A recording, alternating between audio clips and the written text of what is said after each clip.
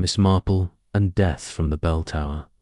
A warm welcome to you all from Cafe Tales. I'm Ali, your host for tonight, and I'm so happy you're here. Tell me, where are you tuning in from, and how has your day treated you? Always enjoy hearing from you. Don't forget to subscribe so you never miss a new story. Now, let's begin the mystery. Chapter 1. The Bell at Dawn. The village of St. Alhelm's Cross lay wrapped in the particular silence that comes just before dawn on a winter morning when even the birds have not yet stirred and the world holds its breath between darkness and light. Miss Jane Marple, always an early riser, stood at the window of her guest room in Petton House, watching the grey light creep across the churchyard opposite. The ancient spire of St. Alhelm's Church rose against the paling sky like a finger, pointing heavenward, patient and still. She had arrived the previous afternoon at the invitation of her old school friend Dorothy Pemberton, who had written with what Miss Marple recognized as carefully concealed loneliness. The house stood large and rather empty since Mr. Pemberton's death 2 years prior, and Dorothy, Miss Marple suspected, found the winter months particularly trying. The room was pleasantly warm, thanks to the attentive housemaid who had built up the fire before retiring, but Miss Marple had woken early, as was her habit. She was contemplating whether to dress or return to bed when the sound came. A bell, deep, resonant, unmistakable, once, twice, and 3 times. Miss Marple's hand, reaching for her dressing gown, paused. She knew a little about church bells from her many years in St. Mary Mead, and these were not the cheerful peals that called the faithful to Sanctacetus. This was the great bell, the one used only for special occasions, or in former times to sound an alarm. She heard movement in the house below, voices, then footsteps hurrying past her door. By the time Miss Marple had dressed with her usual quiet efficiency and descended to the hall, she found Dorothy Pemberton already there, wrapped in a thick shawl over her nightdress, peering anxiously through the front window. "Jane, did you hear it? The bell? I cannot imagine what it means. St. Alhelm's bell hasn't been rung outside of services in 20 years, not since old Mr. Dawson died, and they tolled for him." "Most unusual," Miss Marple agreed, joining her friend at the window. "Has something happened, do you suppose?" As if in answer, they saw figures merging from houses along the village street, some still in nightclothes, others shastily dressed. All were converging on the churchyard. Dorothy clutched Miss Marple's arm. Something must be dreadfully wrong. "Oh, Jane, I do hope it isn't fire. The church is so old and the timbers so dry." "I see no smoke," Miss Marple observed, "but I think, my dear, we should perhaps join the others. If there is trouble, we may be of assistance." They hurried across the road, Dorothy's maid Annie following with a shawl and proper shoes for her mistress. The gate of the churchyard stood open, and a small crowd had gathered near the base of the tower. Miss Marple noticed a tonstic, unusual quality of the silence, broken only by a woman's soft weeping and the murmur of shocked voices. A tall spare man in clerical dress stood at the center of the group, his face pale in the growing light. This would be the Reverend Clement Ashford, whom Dorothy had mentioned at dinner the previous evening. Beside him, a stout woman in a coat was attempting to comfort a younger woman who appeared to be in considerable distress. "What is it, Vicar?" Dorothy called out. "What has happened?" The Reverend Ashford turned, and Miss Marple saw in his expression something she had seen before in other faces at other times. Shock certainly, but also a kind of guilty relief, as though a long-dreaded catastrophe had finally arrived. "Mrs. Pemberton, I am afraid it is Mr. Compton, Alfred Compton. He is dead." The words fell heavily in the cold air. Dorothy gasped and pressed her hand to her mouth. Dead, but how? Where? The reverend gestured toward the base of the tower, and the crowd parted slightly. Miss Marple, moving forward with Dorothy, caught sight of a form lying on the ancient flagstones, covered now with someone's overcoat. A pair of well-polished boots protruded from beneath the covering, their soles barely worn. He fell, said. A young constable who had arrived from the village police house. Must have fallen from the tower. Mr. Compton must have, though what he was doing up there at this hour is more than I can say. Alfred was always an early riser, said the stout woman, whom Miss Marple now recognized as the Reverend's wife. Her voice was steady, but her hands trembled as she adjusted the shawl around the weeping younger woman's shoulders. But I cannot think he would have been in the bell tower. He had no reason to ring the bell. He was the churchwarden, wasn't? Miss Marple asked quietly. Dorothy nodded. For 30 years or more, a most conscientious man. Jane, this is Mrs. Ashford, the vicar's wife, and this poor dear is Mrs. Compton, Alfred's daughter-in-law. The younger woman raised a tear-stained face. She was perhaps 30, fair-haired and delicately featured, her distress genuine and profound. He never went up the tower, she said through her tears. He was afraid of heights. He always said so whenever work needed doing up there. He hired someone from Gloucester. This cannot be right. This cannot be what it seems. Miss Marple stored this information away with the same careful attention she might give to the arrangement of flowers in a vase, or the particular way a person folded their hands. A man afraid of heights, yet found at the base of a tower. Interesting. The bell woke the entire village, their reverend said. I was in my study working on Sunday's sermon. I heard it clearly 3 strokes. By the time I reached the church, Mr. Whitmore from the post office had already found him. He gestured to an elderly man standing apart from the group, his face grey with shock. Miss Marple approached the postmaster with gentle courtesy. A terrible thing to discover, Mr. Whitmore. Had you come to investigate the bell? That I had, ma'am. Thought it might be mischief, young lads. Perhaps thought of, never dared before. Found the side door to the tower standing open, and Alfred lying there. Knew at once he was gone. I did. The way he was lying, unnatural-like. Was the door, usually kept, locked? Oh yes, ma'am, always locked. Only 3 keys there are. Vicar Hassan Alfred had 1. And young Michael Turner, the choir boy, has the 3rd for when he needs to fetch things from the vestry. Goes through the tower base, you see, to reach the vestry storage.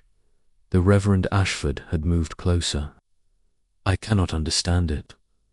Alfred's key must have been in his pocket, though I haven't checked. But why would he have come here alone before dawn? And more puzzling still, how did the bell ring? The rope hangs in the nave, and Alfred was in the tower.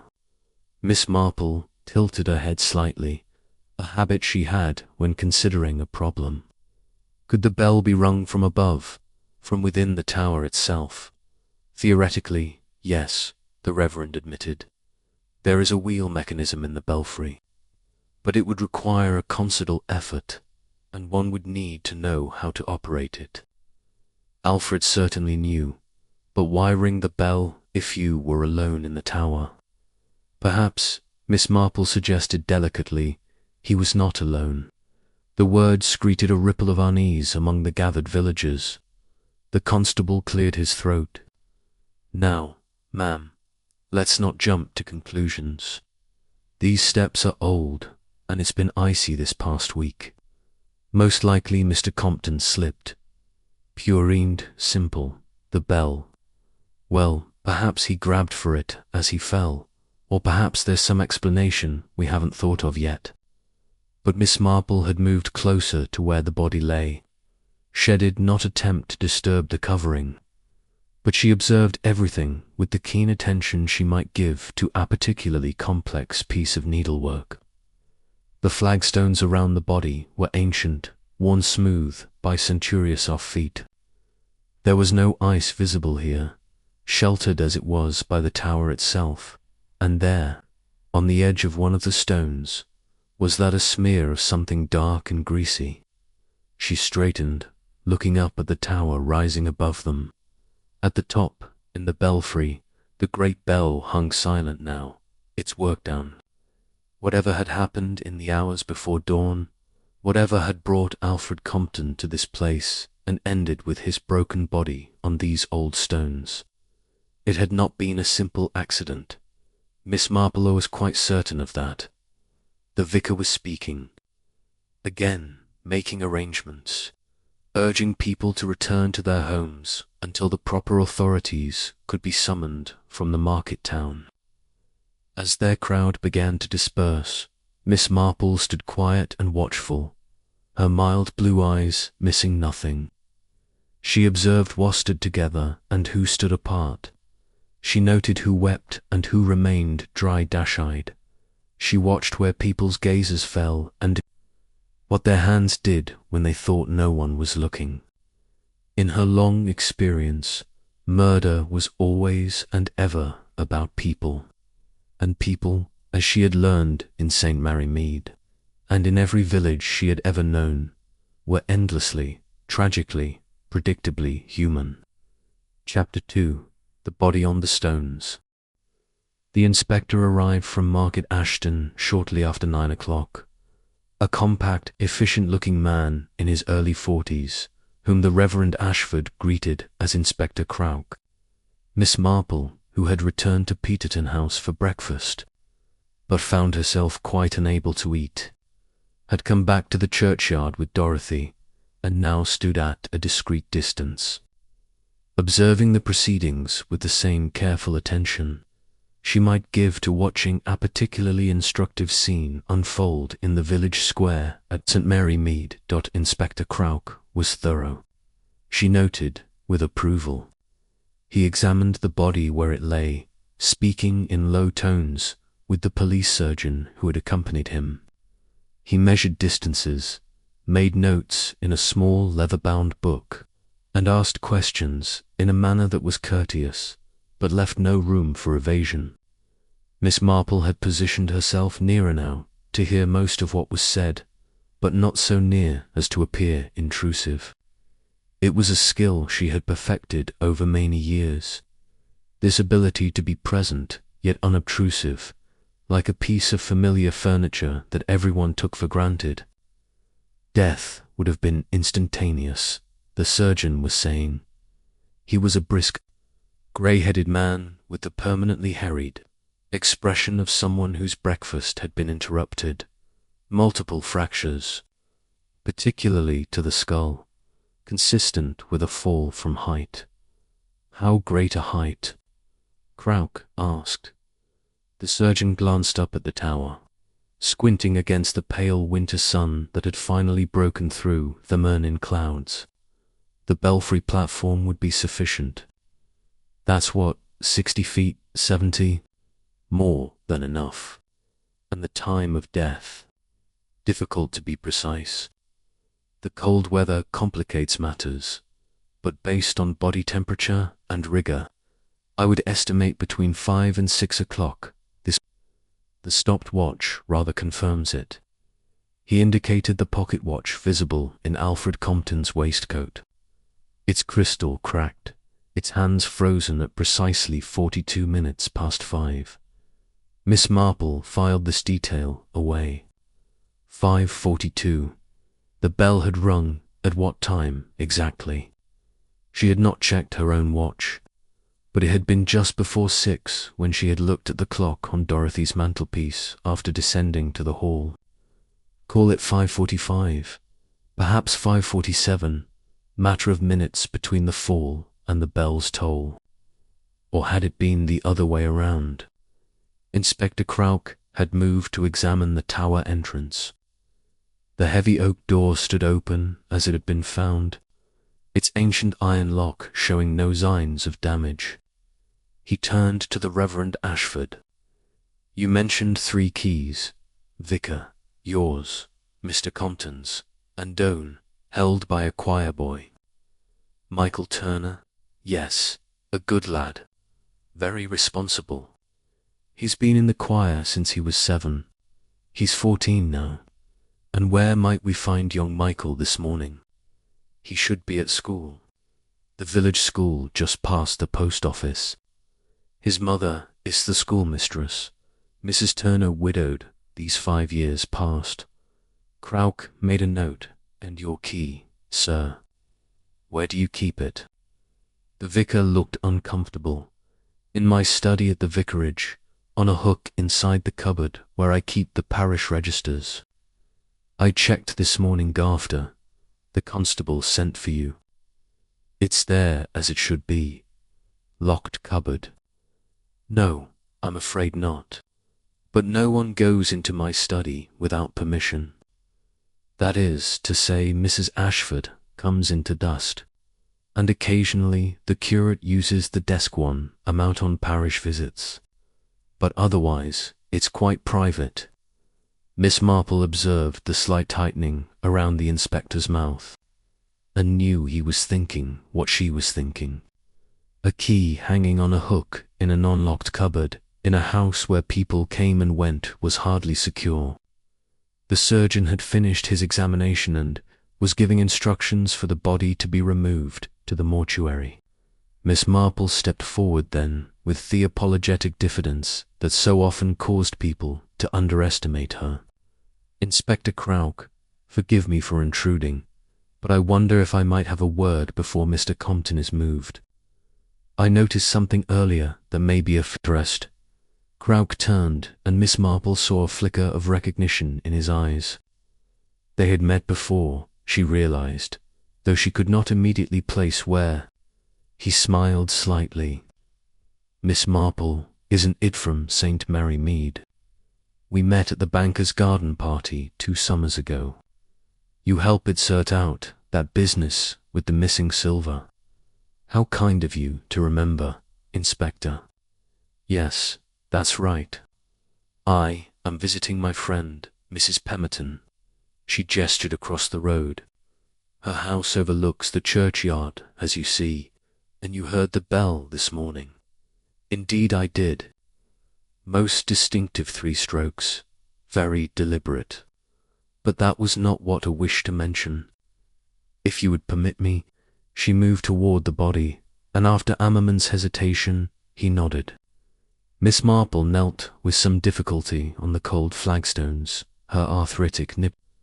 She indicated the left sleeve of Alfred Compton's jacket. "You see here, Inspector, this dark smear on the cuff and extending to the elbow. It appears to be grease of some kind, quite black and rather thick." Crouch crouched beside her, his eyes sharpening. "You're right. Grease or oil." He looked up at Reverend. "What would Mr. Compton have been doing that might get oil on his clothes?" The vicar shook his head helplessly. "I cannot think." Alfred was always immaculately turned out. He would have been most distressed by such a stain. "It's bell grease," Miss Marple said quietly, "used to lubricate the wheel mechanism to keep it turning smoothly. I remember in St. Mary Mead our sexton got it on his clothes once when he was doing maintenance work in our own bell tower.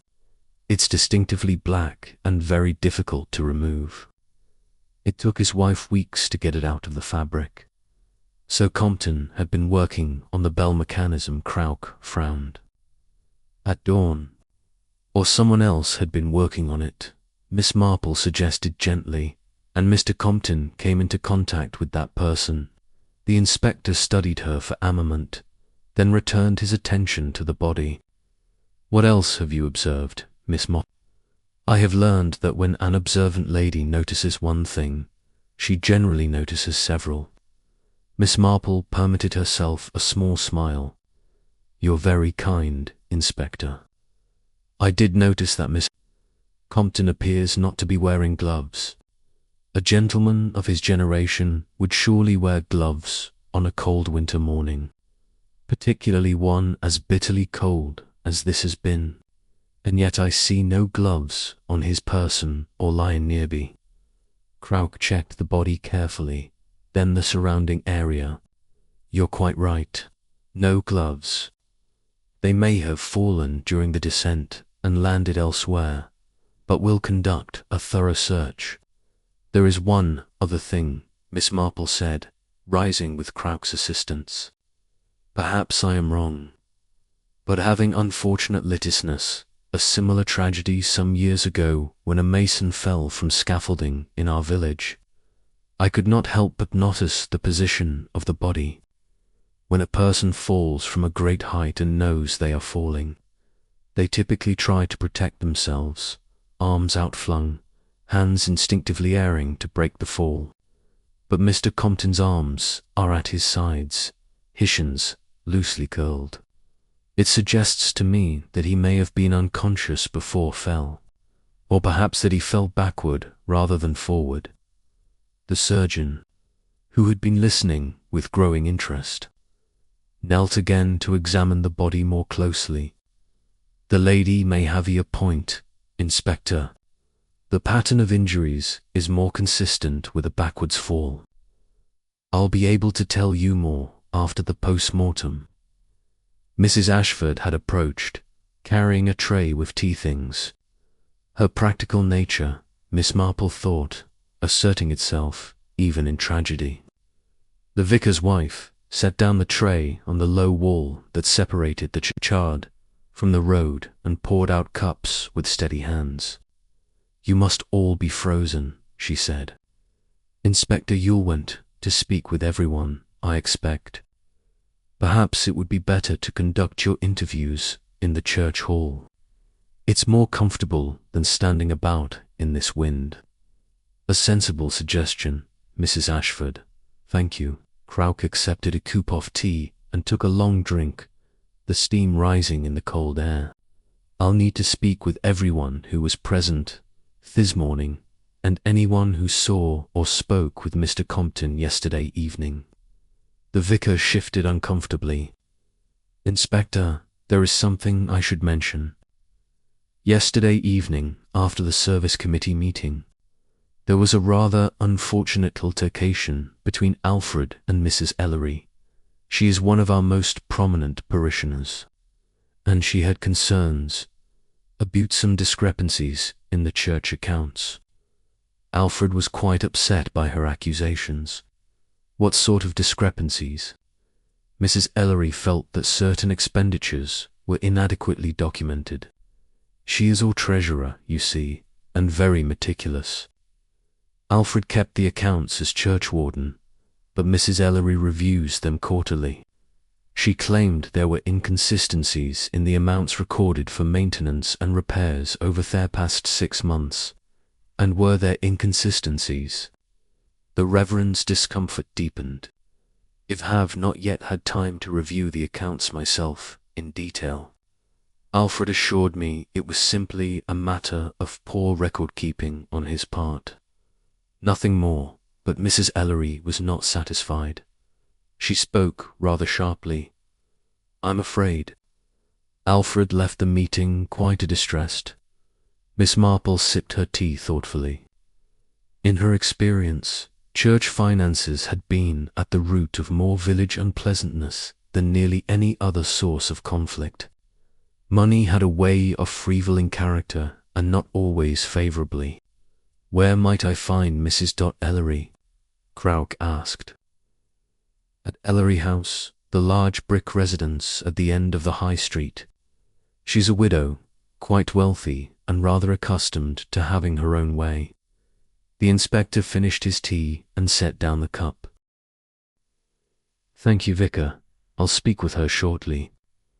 First, however, I want to examine the bell tower itself, Miss Marple. I wonder if you might accompany me. Your observations have already proved valuable, and I confess I would welcome me a second pair of eyes. Miss Marple inclined her head graciously. I should be happy to assist, Inspector, though I fear my climbing days are somewhat behind me. We'll take it slowly, Croak assured her. Vicar, if you would show us the way. As they crossed toward the tower entrance, Miss Marple glanced back at the spot where Alfred Compton had lain. The flagstones were empty now, the body removed, but the dark stain of the bell grease remained visible on the ancient stone, a silent witness to whatever had transpired in the grey hours before dawn. Chapter 3. The Rope That Didn't Move. The tower door opened onto a narrow spiral staircase of worn stone, each step hollowed in the center by centuries of feet. The air inside was cold and carried the particular smell of ancient buildings, damp stone, old wood, and something else, a faint metallic scent that Miss Marple could not immediately identify. The Reverend Ashford led the way, followed by Inspector Croak, with Miss Marple bringing up the rear at a pace that acknowledged her years without apologizing for them. The stairs wound upward in tight curves, lit only by arrow-slit windows that admitted thin shafts of pale light.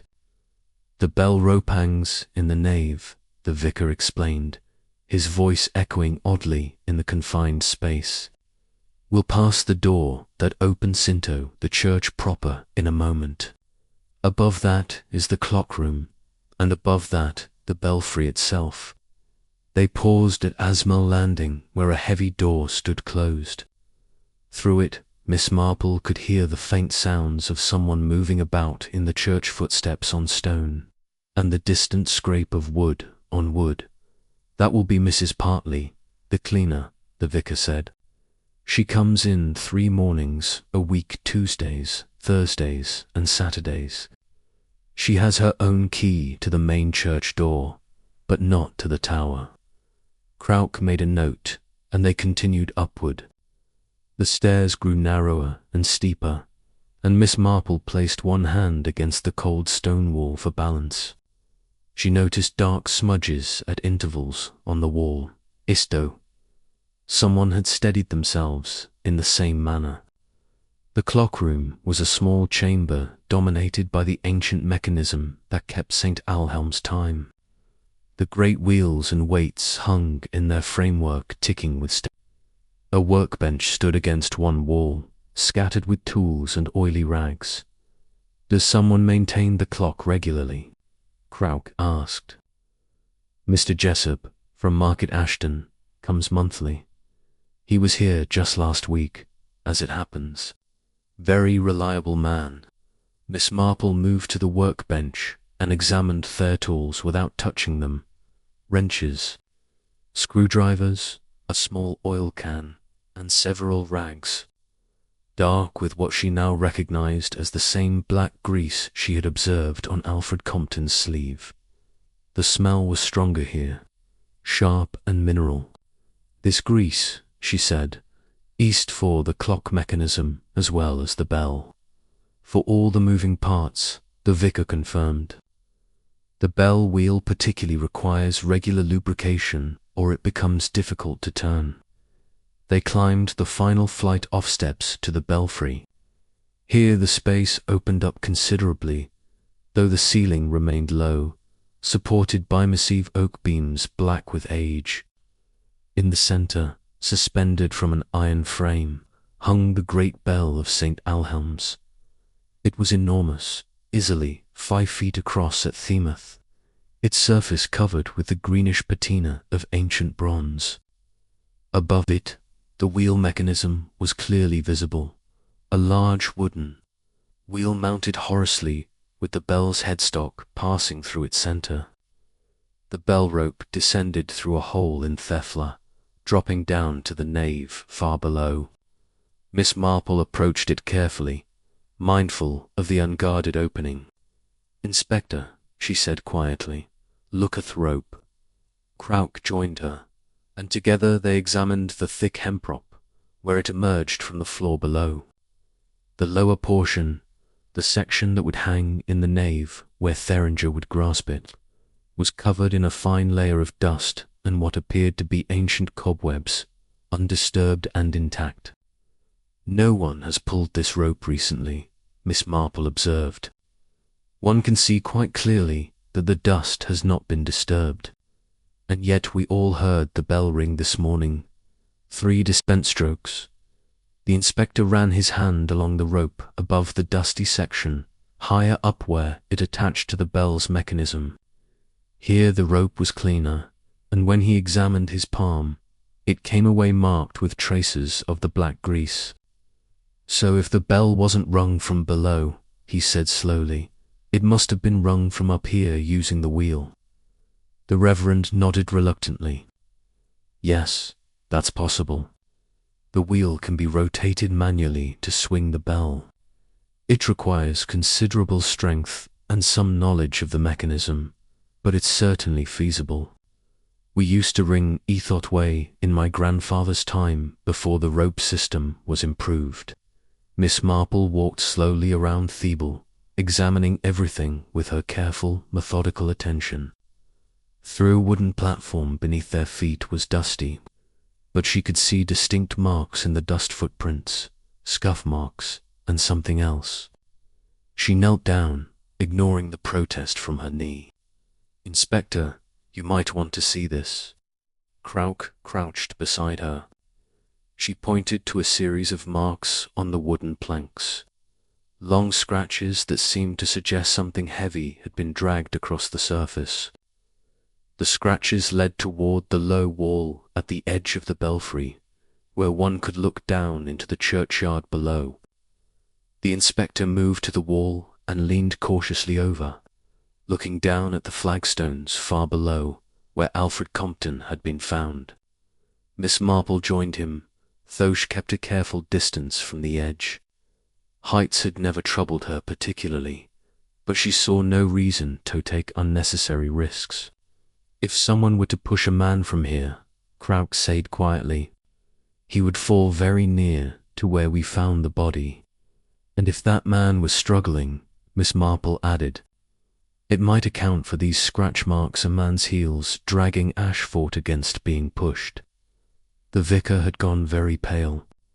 "Surely you cannot think that Alfred was murdered, that someone brought him up here and threw him to his death?" "I think, Vicar, that we must consider all possibilities," Croak replied. "The evidence suggests that Mr. Compton did not simply slip and fall. The bell was rung deliberately from this chamber. Your churchwarden was up here at dawn in a place you tell me he had no reason to be. He had bell grease on his clothing, suggesting contact with the bell mechanism or with someone who had been working with it. And the position of his booty suggests he may have fallen backward, not forward." Miss Marple had moved to examine the bell wheel itself. It was a massive piece of engineering. The wooden wheel, perhaps 6 feet in diameter, with iron fittings and thick rope, wound around its circumference. She noticed fresh grease on the axle and on several of the wheel spokes. "Someone has oiled this recently," she said. "Within the past day or 2, I should judge. You can see where the grease is still quite fresh, not yet dulled by dust." "Mr. Jessup did mention the wheel was squeaking," the vicar said. "Alfred may have oiled it himself. He was quite particular about maintaining the church property." "Perhaps," Miss Marple said. "If Mr. Compton oiled this wheel, why would he come back at dawn the next morning? Had he forgotten something? Did he need to check his work?" She moved closer to the wheel, studying it from different angles. Something caught her eye, tin irregularity in the wood. She bent to look more closely and saw what appeared to be a small fragment of fabric caught. A rough edge of one of the spokes. Dark fabric, not the brown tweed of the jacket Alfred Compton had been wearing. "Inspector," she said, "I believe you should see this." Krauk came at once and examined the fragment carefully. "Dark wool," he said. "Good quality by the look of it." He extracted a pair of tweezers from his pocket and carefully removed the fabric, placing it in a small evidence envelope. This could have been here for days or weeks, of course. Or it could have been left this morning, Miss Marple suggested, by someone who wore a dark wool coat and who had reason to be near this wheel when the bell was rung. The three of them stood in silence for a moment, the implication settling over them like the dust motes that danced in the thin light from the belfry windows. "Let me understand this clearly," Crouch said finally. "Someone came up here this morning before dawn and rang the bell manually using this wheel. That someone may have been wearing a dark wool coat. Alfred Compton was also up here, and he ended up falling or being pushed to his... The question is, was Compton alone, or was there someone else with him? More than that, Miss Marple said, the question is, why ring the bell at all? If you have murdered a man, be pushing him from a tower. The last thing you would want is to draw attention to the place. And yet summoning that bell 3 times, simply ensuring that the entire village would hear it and come running. That suggests to me that the bell was not an afterthought or an accident. It was part of the plan. But what plan could possibly require announcing a murder? The vicar asked, bewildered. Miss Marple tilted her head thoughtfully. A guest a rec-rack was coming to recognize as signaling careful consideration. Perhaps, she said, the murderer needed village to come running. Perhaps there was something they needed to accomplish while everyone's attention was focused on the church and the tragedy they would find here. Or perhaps the ringing of the bells served to establish a particular time to create a specific impression of when and how events unfolded. She paused, her mild blue eyes moving once more around the belfry chamber, taking in every detail. Or perhaps, she continued quietly, the murderer simply wanted an audience, wanted to ensure that Alfred Compton's death would be discovered immediately, publicly, dramatically. There are people, I suspect, who commit murder not despite the risk of discovery, but because of it. They believe themselves clever enough to escape detection, and the drama of it appeals to them rather like the foolish young man in our village who staged an elaborate robbery of his own shop to claim the insurance, but could not resist leaving clues that pointed to his own cleverness. He wanted to be caught, really, though he would never have admitted it. Crouch smiled slightly. You have a rather comprehensive understanding of criminal psychology, Miss Marple. Oh, not at all, Inspector. I simply understand people, and people whether in a village or a city, whether yesterday or 100 years ago, men remarkably consistent in their essential natures. Greed, fear, pride, jealousy, these are constants, and murder, I have found, is almost always rooted in one of them. Chapter 4. Breakfast at the Vic. By the time they descended from the bell tower, Miss Marple's knee was making its displeasure known, and she was grateful to accept Inspector Crouch's invitation to join him for what he termed a consultation at the vicarage. The Reverend Ashford, looking increasingly distressed by the turn of events, led them across the churchyard and through the gate into the vicarage garden. The vicarage was a handsome Georgian building of mellowed brick with tall windows and a general air of comfortable shabbiness that spoke of limited funds and money demands. Mrs. Ashford met them at the door, and if she was surprised to see Miss Marple accompanying the Inspector, she concealed it admirably. "I've put coffee in the morning room, Inspector. I thought you might need something more sustaining than tea, given the circumstances. Miss Marple, how kind of you to help dock 'em in out of the cold." The morning room was pleasantly warm, with a fire burning in the great and pale winter, sunlight streaming through the south-facing windows. Mrs. Ashford poured coffee with the practiced efficiency of a woman accustomed to managing parish affairs. and Miss Marple noted the quality of the china hold, but well maintained the slight tremor in the vicar's wife's hands that suggested she was not as composed as she appeared. Mrs. Ashford, Crouch began, accepting his cup with a nod of thanks. I understand there was a meeting here yesterday evening, Jess. Service committee meeting, yes. Inspector, we meet monthly to discuss church business. It's usually quite straightforward. But yesterday's gathering was rather more contentious than usual because of Mrs. Ellery's concerns about the accounts. Mrs. Ashford glanced at her husband, who sat staring into his coffee cup with the expression of a man who wished himself. When he did not speak, she continued, Yes, Penelope Ellery is our treasurer and takes her responsibilities very seriously. She had been reviewing the accounts that Talford maintained as churchwarden, and she found what she described as irregularities.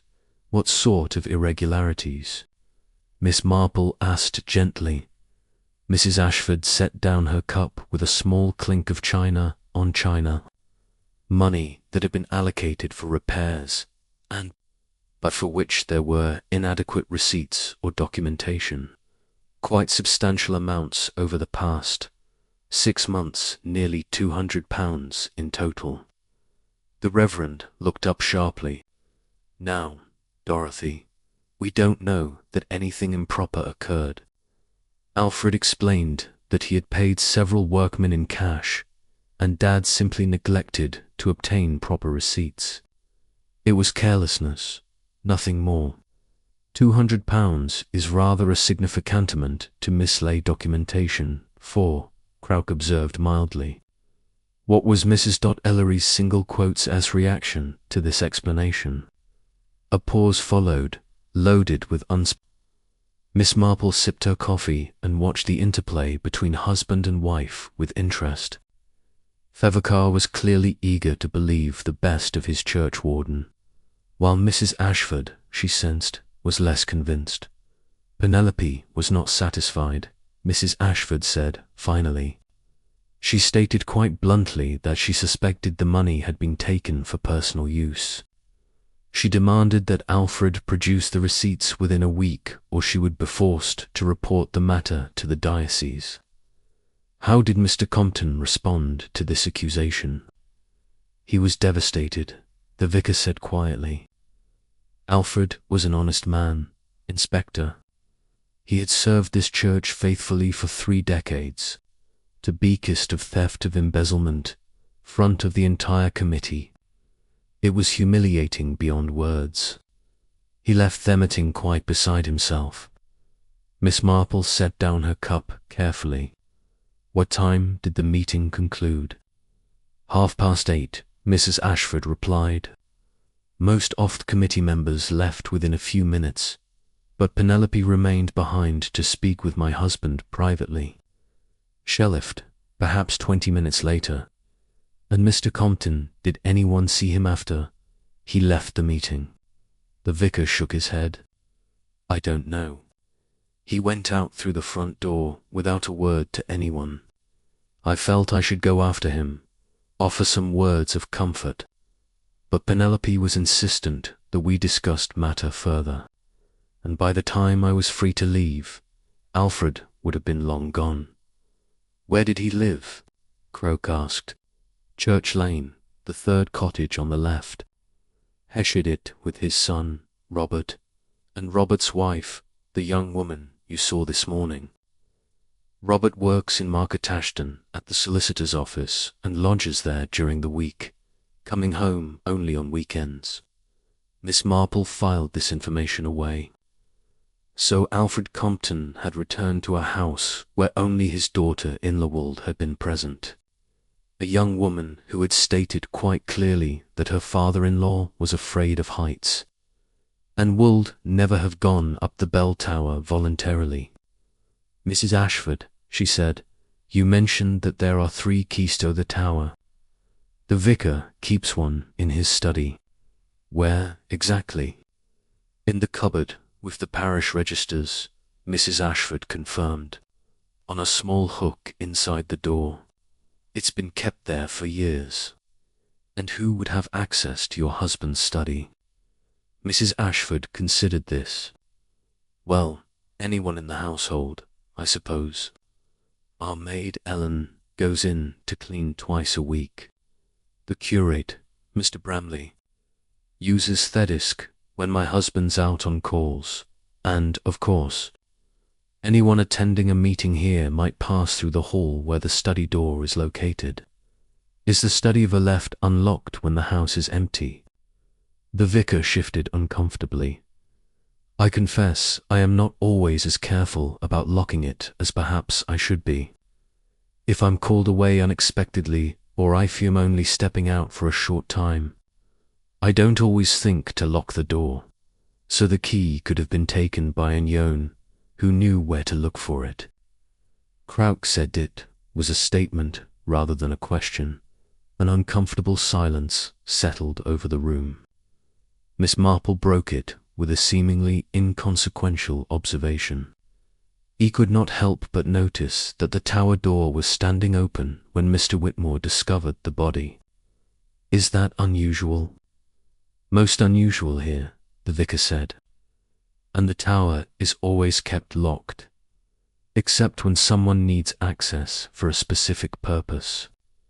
Even when the church itself is open for private prayer, the tower remains secured.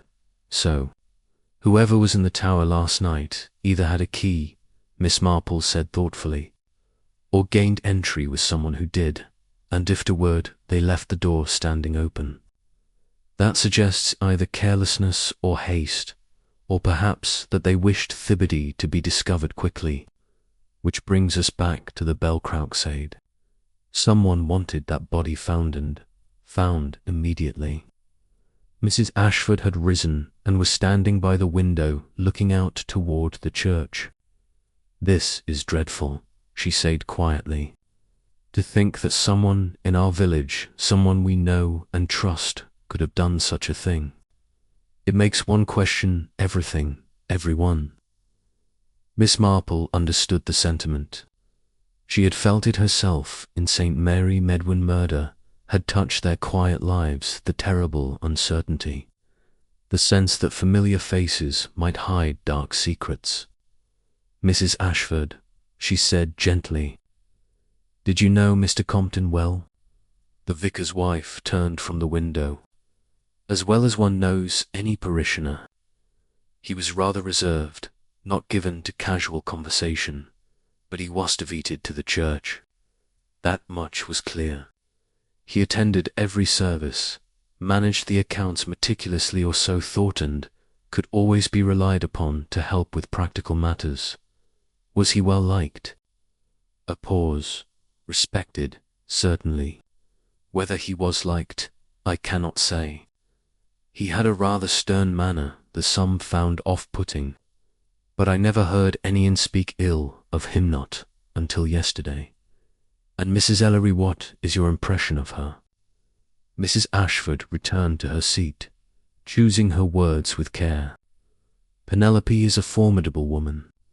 She has strong opinions and the financial means to ensure they are heard.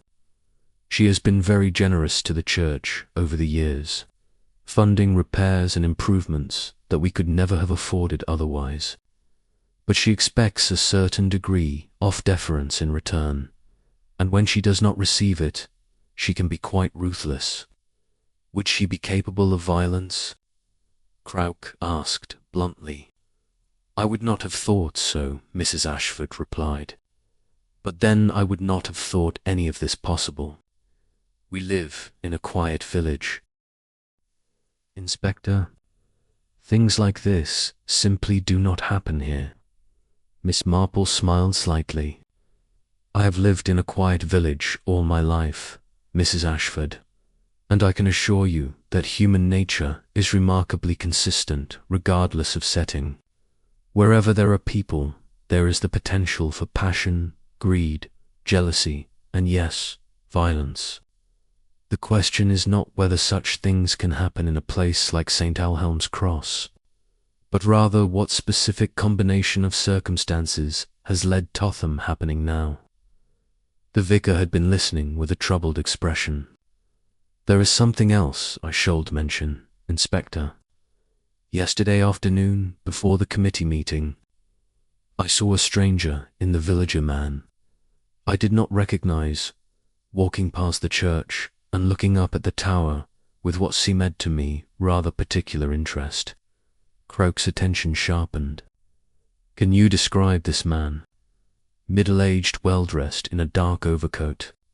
He was carrying a walking stick, and I noticed he had a slight limp. I assumed he was a visitor, perhaps, a tourist interested in the church architecture. We do get theme. I thought no more of it until this morning." Miss Marple and Crack exchanged glances. A stranger with a limp, wearing a dark coat. Their fabric caught on the bell had been dark wool. "Did you speak with this man?" Croak asked. "No, I only observed him from a distance. He walked the length of the high street and then turned toward the inn. I assumed he was seeking accommodation." The inspector stood, setting down his coffee cup with decision. "Then I think our next call should be to the village inn. Thank you both for your time and the coffee. You've been most helpful." As he prepared to leave, Miss Marple had one more question. "The choir boy, Michael Turner, who has the third key. What sort of boy is he?" Mrs. Ashford smiled for the first time. "A good lad, quiet, studious, devoted to his mother. He's been very responsible about the key. Never lost it or left it lying about. Why do you ask?" "Oh, no particular reason," Miss Marple said mildly. "I simply like to have a complete picture of all the players in any drama, and in my experience, young people often observe more than adults realize." Chapter 5. The choir boy's secret. The village school was a modest stone building set back from the road behind a low wall, its windows bright with children's artwork and the sounds of recitation drifting faintly through the cold air. Inspector Croak had suggested that Miss Marple might return to Peterton House to rest, but she had demurred with gentle firmness, observing that young people often responded better to a harmless-looking elderly lady than to a police inspector.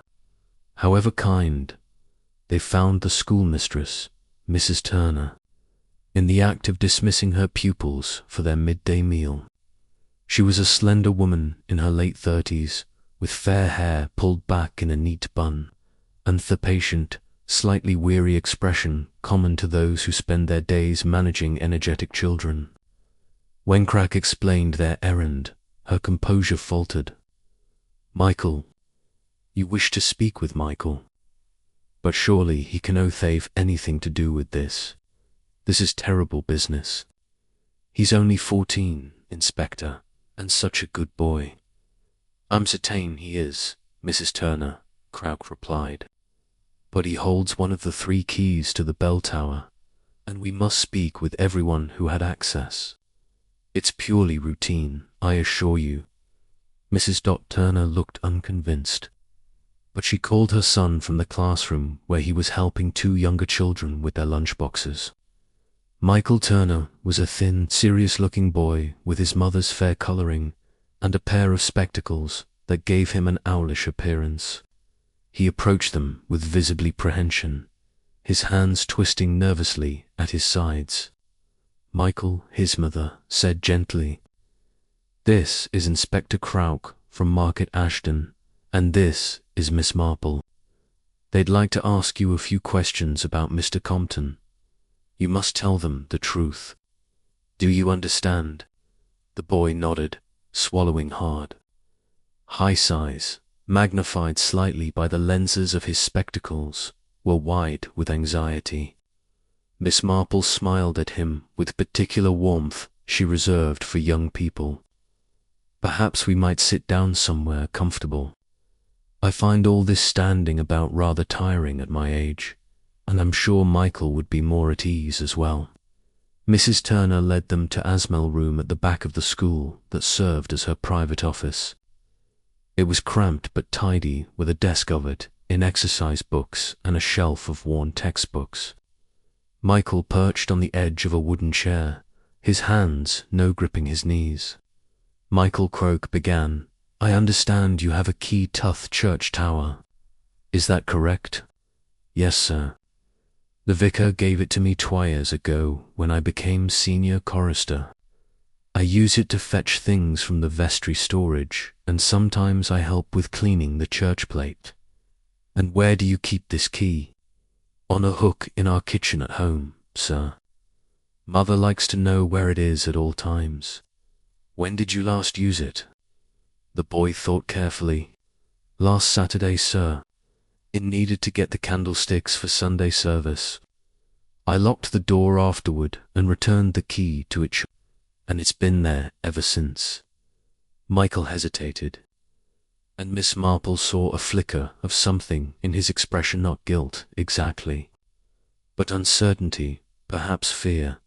"Michael," she said gently, "you're not in any trouble. I promise you, but if you outsell something that might help us understand what happened to Mr. Compton, it's very important that you tell us. Sometimes the smallest detail can be significant." The boy looked at his mother, who nodded encouragingly. He took a deep breath. "The key was on the hook yesterday morning when I left for school, but when I came home for tea, it wasn't there. I noticed because I always check it before bed to make sure it's safe. It was gone for perhaps an hour and then it was back." Mrs. Turner had gone pale. "Michael, why didn't you tell me?" "I thought perhaps you'd moved it, Mother. I didn't want to worry you, Anthony, when it was back on the hook. I thought I must have been mistaken." Crouch leaned forward. "What time was this, Michael, when you first noticed it was missing?" "Just after 4 o'clock, sir. I came home at 3, and I looked for the key at 4 when I was setting the table for tea. It was back by 5 when Mother came home from her errands. So, someone took the key between 3 and 4 o'clock and returned it by 5, Crouch said, making notes. "Who else was in the house during that time?" "No one, sir. I was alone." "Are your doors kept locked during the—" Mrs. Turner shook her head reluctantly. "No, Inspector. This is a small village. We've never felt the need. Oh, this is dreadful. To think someone came into our home while my son was there alone." Miss Marple had been watching Michael closely, and she saw that there was more he wanted to say. She spoke quietly, as though thinking aloud. "I wonder if perhaps Michael has been in the bell tower more recently than last Saturday. Sometimes young people are curious about places they're told not to go. It's perfectly natural, and sometimes they hear or see things that adults miss because adults are not paying attention in quite the same way." Michael's face flushed. His mother looked at him sharply. "Michael Turner, have you been going into that tower without permission?" The boy hung his "Only once, Mother. I'm sorry. It was 3 days ago on Wednesday afternoon. I heard voices inside even though the tower was supposed to be locked. I used my key to look inside because I thought perhaps someone had broken in." "And what did you see?" Croak asked, his voice carefully neutral. "Nothing, sir. By third time, I got the door open and climbed the first flight of steps. Whoever was there had gone quiet. I called out asking if unknown was there, but no one answered. I went up to the clock room, but there was no one. Just the smell of pipe tobacco, very strong." "Did Mr. Compton smoke a pipe?" Miss Marple asked. Mrs. Turner shook her head. "No, he didn't smoke at all. He was quite vocal about it, buying an unhealthy habit." "What did you do then, Michael?" Crouch prompted. "I came back down and locked the door again, but I was certain I'd heard voices, sir. To men, I think, though I couldn't make out the words. They were arguing about something. Could you recognize either voice? The boy frowned, thinking hard. One might have been Mr. Compton's voice, though I can't be certain. They were muffled by the thick walls. The other voice I'd never heard before. I'm sure of that. It was deeper, rougher somehow. Miss Marple exchanged glances with Croker Stranger in the bell tower, arguing with Alfred Compton 3 days before his death. This was significant indeed. Michael, she said, when you overheard see voices, could you make out anything at all about what they were discussing? Even a single word might be helpful. The boy's brow furrowed with concentration. I think I heard the word money, Miss A, and something that sounded like payment, or perhaps repayment, and then one of them said something about time running out. That part was quite clear, because one of them raised his voice. Which one raised his voice? The one you thought might be Mr. Compton, or the stranger? The stranger, miss. He sounded angry, threatening even. It frightened me rather, which is why I called out. He thought if they knew someone was coming, they might stop arguing. Very sensible, Miss Marple said. Now think carefully. Did you hear any other sounds, footsteps perhaps? The sound of the bell mechanism? Michael shook his head. No, miss, just the voices and then silence when I called out. I suppose they must have left through the church while I was climbing the tower stairs. There's a door from the tower into the nave, you see, and from there they could have gone out through the main door without me seeing them. Did you notice anything else unusual when you were in the clock room, for instance? The boy thought for a moment. The oily rags on the workbench had been moved. I remember because Mr. Compton is very particular about keeping things tidy, and these were scattered about, and there was fresh grease on the floor, as though someone had been working on the mechanism. Krauk Medina the note. Michael, I need you to think very carefully about this next question. The man you heard, the stranger with the rough voice, did you notice anything distinctive about his, an accent perhaps, or any particular mannerism? Michael closed his eyes, clearly trying to remember. He said something that sounded strange to me, sir. Instead of saying, I'll not wait any longer, he said something like, I shan't no longer. It struck me as odd grammar, the sort of thing Mother would correct in our lessons. Double negative, Mrs. Turner, murmured, common in some regional dialects, but considered improper. Miss Marple tilted her head thoughtfully. And when this man spoke, did you happen to hear any other sounds? The tap of a walking stick, perhaps, or an uneven tread on the steps? Michael's eyes widened. Yes, now you mention it. I did hear footsteps, heavy ones, and they weren't quite even. One step heavier than the other, like when Mr. Davies from the post office walks. He hurt his leg in the war and limps a bit. A limp, Krauk said with satisfaction. That confirms it. The stranger, the vicar, saw yesterday, the man with the walking stick, must be the same person who was arguing with Compton in the tower on Wednesday. Mrs. Turner had been growing increasingly distressed. Inspector Ariu saying that this stranger, whoever he is, might be responsible for Alfred's death, and that he was in the bell tower with my son nearby. Michael could have been in danger. I don't think the boy was ever at risk, Mrs. Turner, Krauk assured her.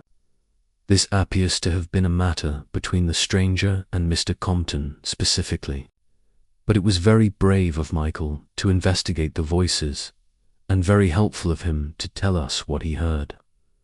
Michael looked relieved, but still anxious. I should have told someone at the time, shouldn't I? If I told Thevakar or Mother, perhaps Mr. Compton would still be alive. Miss Marple reached across and patted his hand gently. You mustn't blame yourself. my dear. You had no way of knowing what would happen, and you've been very helpful to us. Now, sometimes the most important thing a witness can do is remember accurately, and you've done that admirably. Chapter 6. The Ledger in the Vestry. After leaving the school, Inspector Crouch suggested they return to the church to conduct a thorough search of the vestry. Miss Marple, whose knee had benefited from the rest during their interview with young Michael, agreed readily. She had been thinking about the missing church funds and the argument between Alfred Compton and Mrs. Ellery, and she had a theory forming in her mind, nebulous as yet, but persistent. They found the church empty, save for Mrs. Partey, the cleaner, who was polishing the brass lectern with vigorous circular motion. She was a broad, comfortable-looking woman in her 60s with red hands and the perpetually cheerful expression of someone who takes satisfaction in honest work. "Good afternoon, Mrs. Hartley," Croak said. "We'd like to examine the vestry, if you don't mind police business." "Lord, love you, Inspector, I don't mind at all. The terrible thing about Mr. Compton, terrible. He was always so particular about everything being just so. I can't think what he was doing up that tower at such an hour." She shook her head, her hands never ceasing their polishing. "The vestry is through there, past the choir stalls. I haven't touched it yet today, what with all the commotion." The vestry was a small room behind the altar, lined with cupboards and fitted with a large oak table that served as a workstation for preparing communion and storing church registers. A window looked out onto the graveyard where ancient headstones leaned at various angles like crooked teeth. Miss Marple moved slowly around the room, her eyes taking in every detail. There was a faint smell of candle wax, and old paper overlaid with the sharp scent of brass polish drifting in from the church proper. The cupboards were neatly organized, their contents visibly through glass-fronted doors, chalices, patens, candlesticks, and various liturgical items. "What exactly are we looking for?" Crouch asked, opening drawers in the large table with systematic efficiency. "Evidence," Miss Marple replied. "Mr. Compton kept the church accounts. According to Mrs. Ashford, I imagine he would have worked on them here where the financial records are stored. If there were indeed irregularities, as Mrs. Ellery claimed, then there must be documentation somewhere." She opened one of the cupboards and found it filled with hymn books, their leather bindings cracked with age. Behind them, pushed well back on the shelf, her fingers encountered something else, a ledger bound in dark green cloth.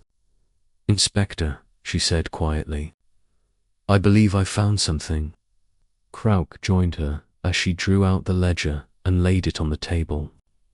It was a standard accounts book-off, the sort used by small businesses and organizations.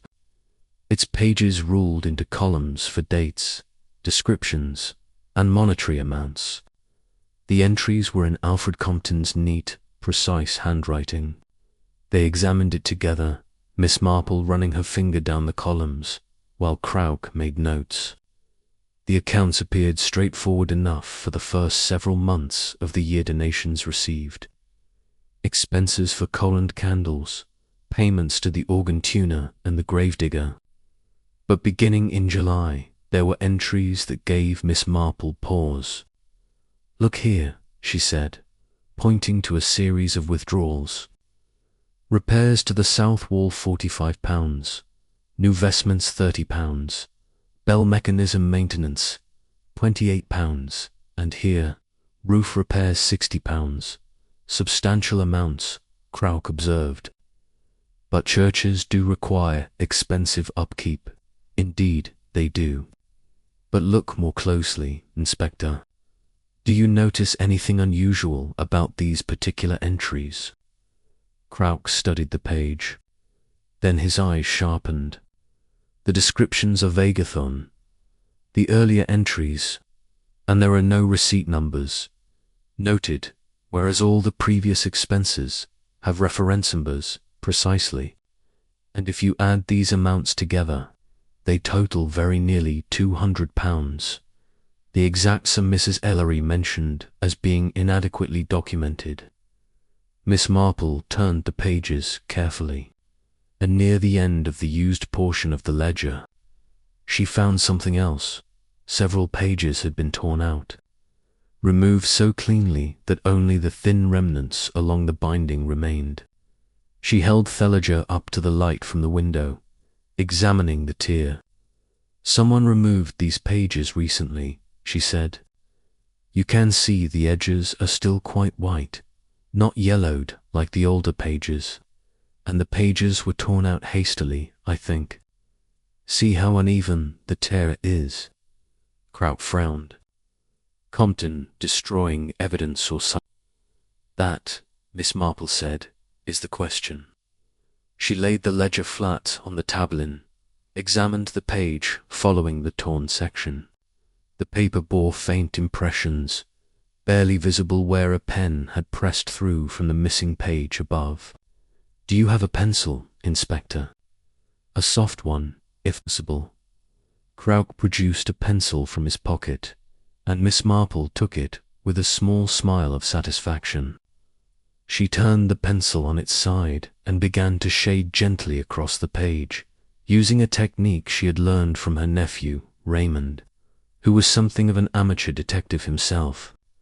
As the graffiti covered the paper, impressions began to appear, like invisible writing made suddenly visible.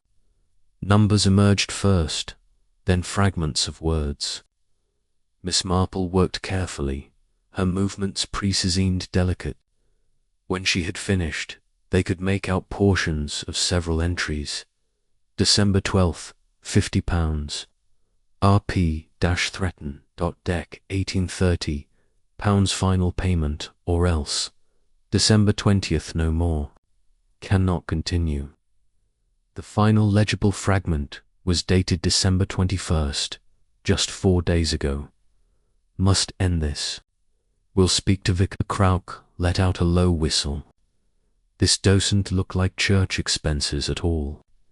It looks like someone was being blackmailed, or paying off a debt, Miss Marple suggested, though I agree the tone is certainly suggestive of coercion.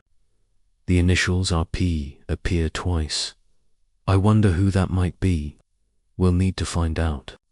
And we need to speak with Mrs. Ellery about exactly what she found when she reviewed these accounts. Crouch carefully copied the visible fragments into his notebook.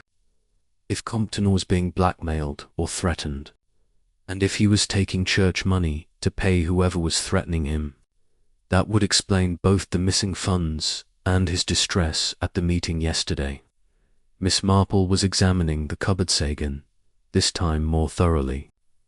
In the back of another cabinet, behind a stack of old service sheets, she found a small wooden box.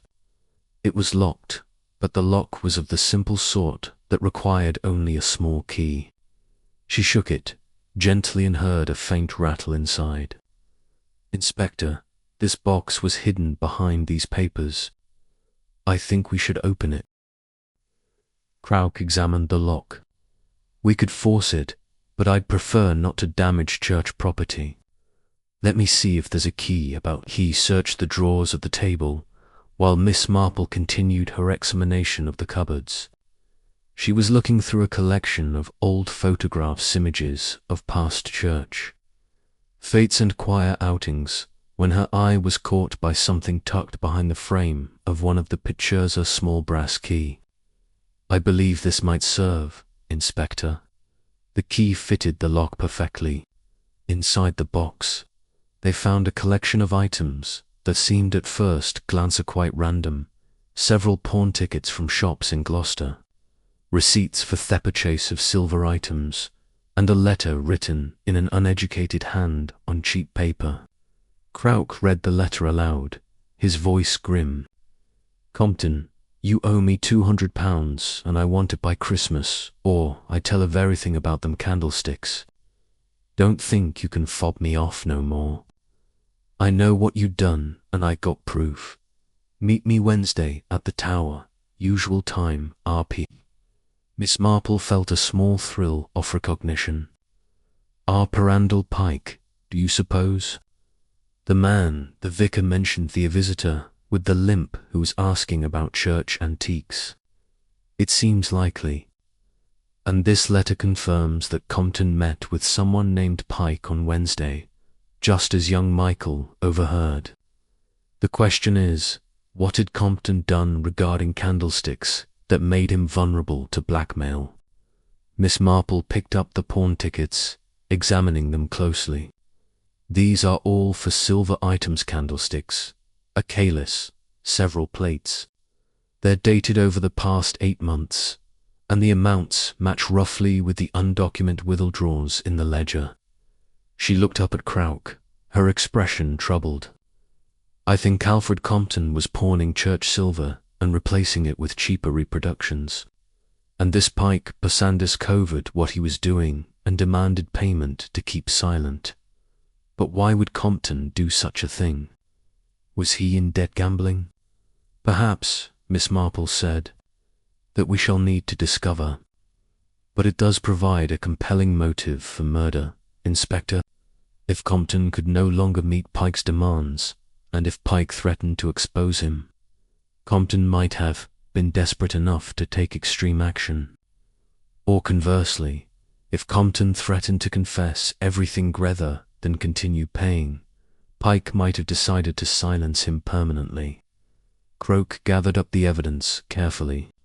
We need to find this Randall Pike immediately. If he's still in Theveridge, he'll likely be at the inn, as the vicar suggested. And we need to verify whether any of the church silver has indeed been replaced with reproductions. The vicar would know, Miss Marple said, or Mrs. Ellery as treasurer. She would have inventory records. They were interrupted by Mrs. Hartley, who appeared in the doorway with a cleaning bucket in hand. Begging your pardon, Inspector, but there's a gentleman asking for you at the church door says. He's Mr. Compton's son, just arrived from Market Ashton, and wants to know what's being done about his father's death. Crouch sighed. Thank you, Mrs. Hartley. Please ask him to wait. I'll be with him shortly. Het turned to Miss Marple. This investigation is growing more complicated by the hour. Murder investigations generally do, I find, Miss Marple replied calmly. Each new piece of information raises 2 new questions, but we are making progress, Inspector. We know that Alfred Compton was being blackmailed by a man named Pike, that he was embezzling church funds to pay the blackmail, and that he met with Pike in the bell tower 3 days ago. We know that Pike is still in the village or was as of yesterday. And we know that someone rang that bell this morning, someone who had access to the tower and knowledge of how the mechanism worked. The question is whether that someone was Compton himself, ringing Thebel as a final desperate act before taking his own life, or whether it was Pike ringing it after murdering Contento, ensure the body would be quickly discovered. Miss Marple considered this. Or possibly, she said softly, a third party entirely. Someone who knew about the blackmail and saw an opportunity. We must not close our minds to any possibility at this stage, Inspector. In my experience, the truth is often more complex than it first appears. Chapter 7. Footprints on the belfry steps. Robert Compton proved to be a man in his early 30s, with his father's spare build, but lacking the elder Compton's air of rigid propriety. He was clearly distressed, his face drawn and pale, his movements agitated as he paced the length of the nave, while Inspector Crouch explained the progress of the investigation. I cannot believe father would take his own life, he said, his voice strained. Whatever troubles he faced, he was not a man to shirk his responsibilities in that manner. He would have faced the consequences, no matter how difficult. Mr. Compton, Crouch said carefully, were you aware of any financial difficulties your father might have been experiencing? Robert stopped his pacing and turned to face the inspector. Financial difficulties? No. Father was always careful with money, perhaps excessively so. He kept detailed accounts of every penny spent. Why do you ask? Miss Marple, seated quietly on one of the pews, observed the young man with her customary attention. He seemed genuinely bewildered, but there was something in his manner that suggested anxiety beyond simple grief. His hands, she noticed, were never still moving from straightening his tie, to adjusting his cuffs, to running through his hair. Croak chose his words with care.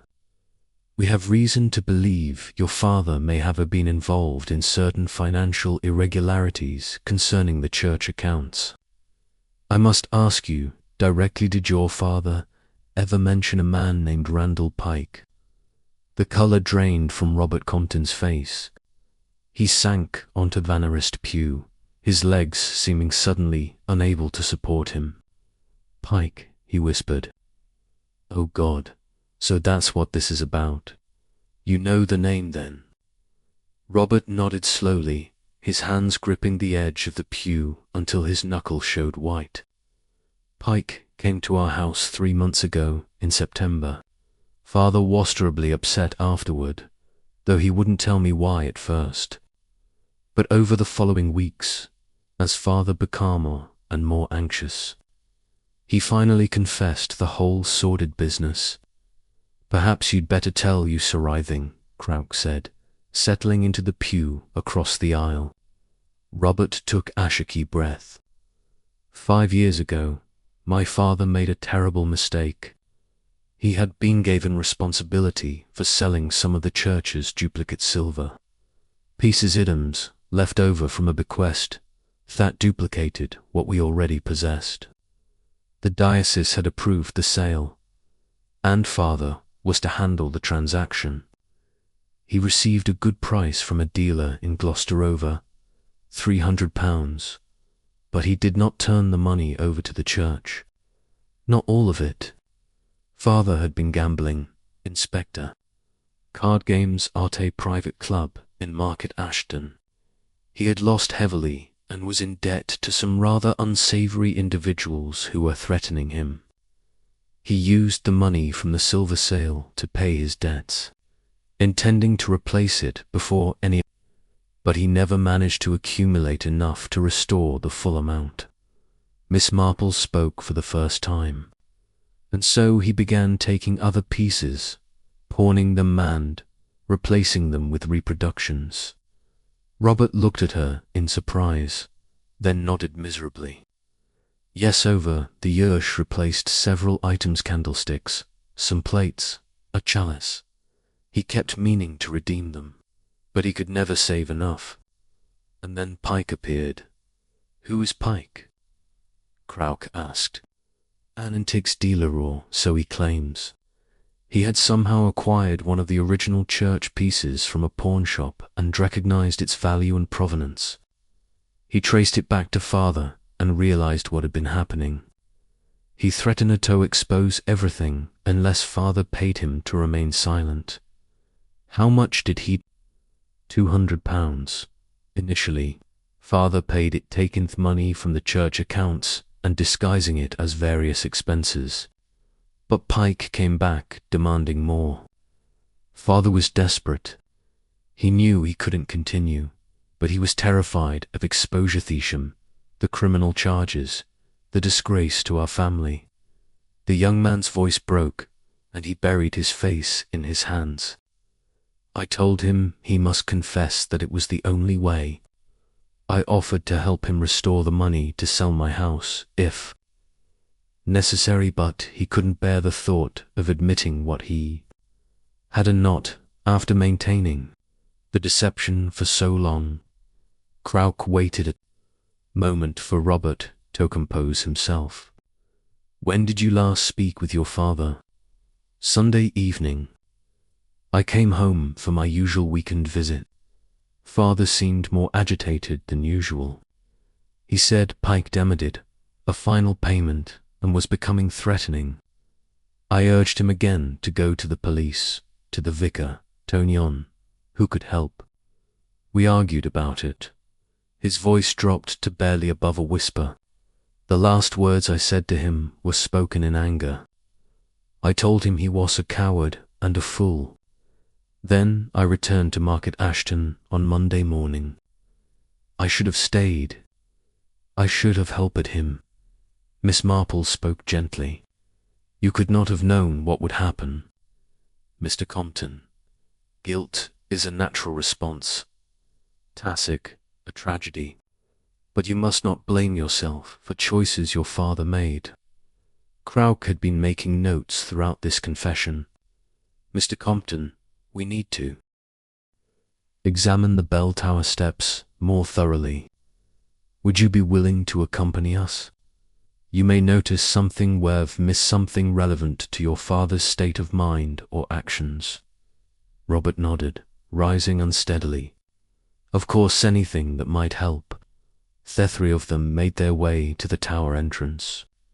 The afternoon light was already beginning to fade, and Crouch produced an electric torch to illuminate the narrow stairway. They climbed slowly, Robert moving like a man in a dream, his hand trailing along the wall. Miss Marple paused on the landing where the door opened into the church proper. Inspector, if you'll permit me a moment to rest my knee, I'd like to examine this area more closely. While she knelt carefully on the stone landing, Crouch and Robert continued upward to the clock room. Miss Marple studied the floor, noting the dust patterns and the marks of feet. There were clear tracks leading up and down, some quite fresh. But what caught her attention was a small object wedged into a crack between two stones, a button made of dark horn, the sort used on gentlemen's overcoats.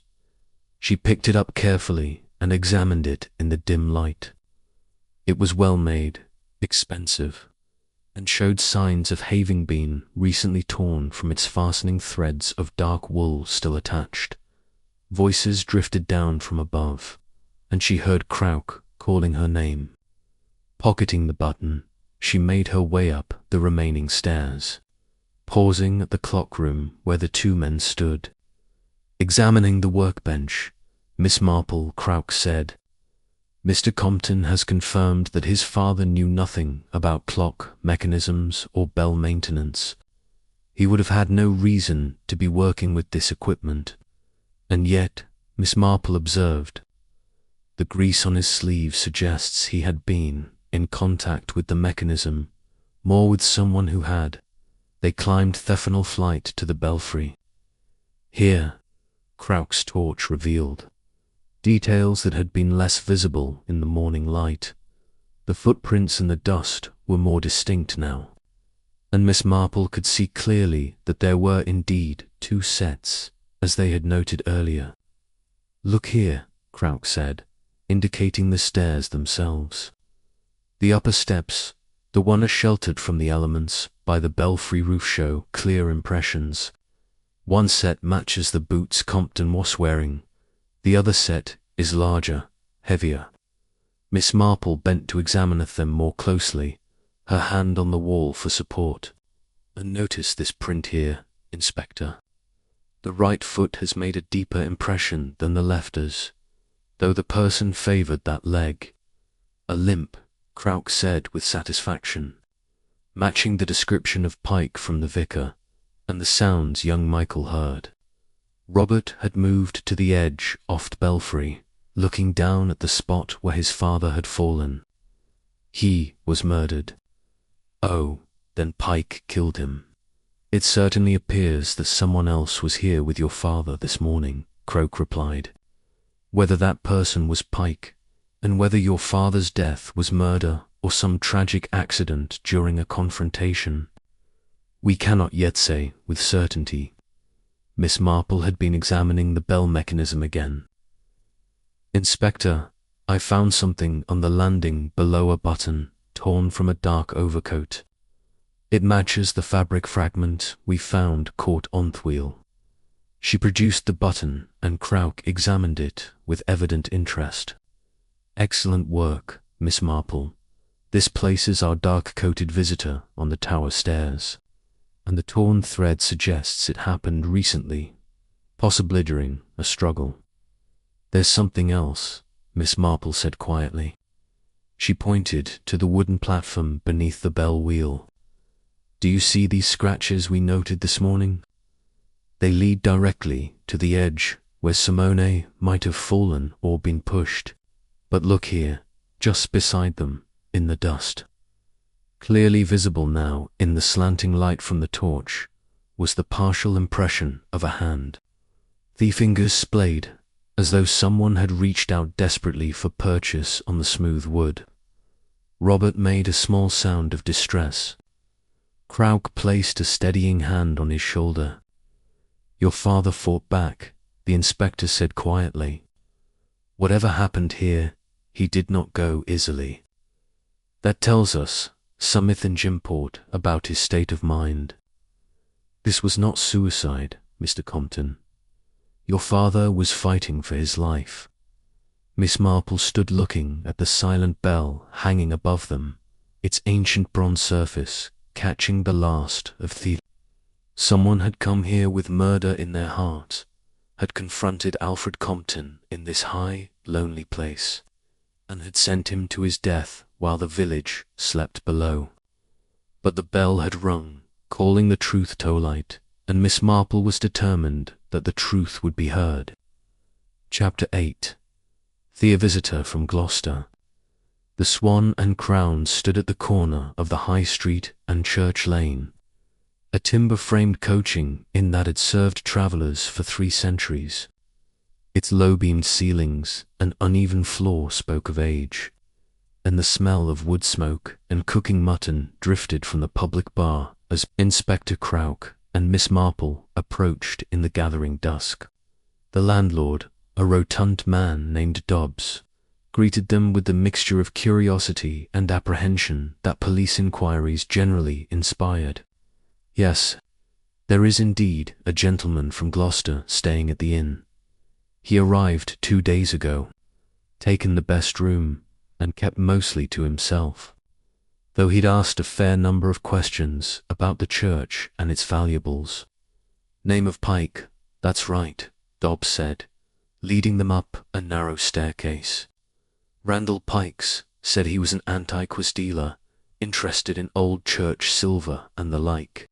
Seemed respectable, enough well-spoken, and well-dressed, paid in advance for 3 nights. Is he in his room now? Crouch asked. Last I saw, he was in the saloon bar having his dinner. Shall I fetch him for you? No, thank you. Just show us which room is his, if you would. We'll speak with him downstairs shortly. Dobbs indicated a door at the end of the corridor, then withdrew with evident reluctance, clearly disappointed at being excluded from what promised to be Should we not speak with him first? Miss Marple asked when the landlord had gone. Crouch smiled slightly. In my experience, Miss Marple, one learns more from examining a man's possessions before confronting him than after. People become guarded once they know they're under suspicion. Their rooms, however, often tell truths they would prefer to hide. The door was locked, but Crouch had obtained a master key from Dobbs. The room beyond was neat and impersonal, with the minimal clutter of a short-term resident. A leather travelling bag sat on a stand near the window, and a dark wool overcoat hung on a hook behind the door. Miss Marple moved to examine the coat while Crouch searched the bag.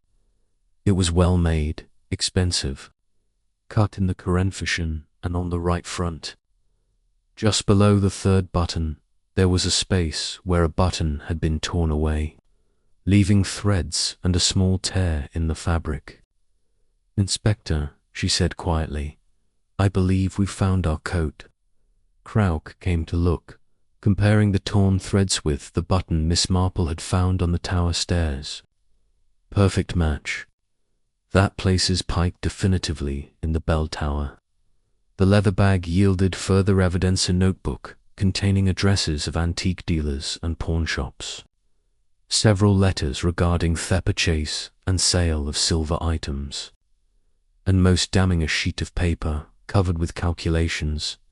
Miss Marple studied this last item with particular interest. He was calculating how much he could extract from Mr. Compton, she said. Look here. Initial payment £200, monthly thereafter £50. Estimated.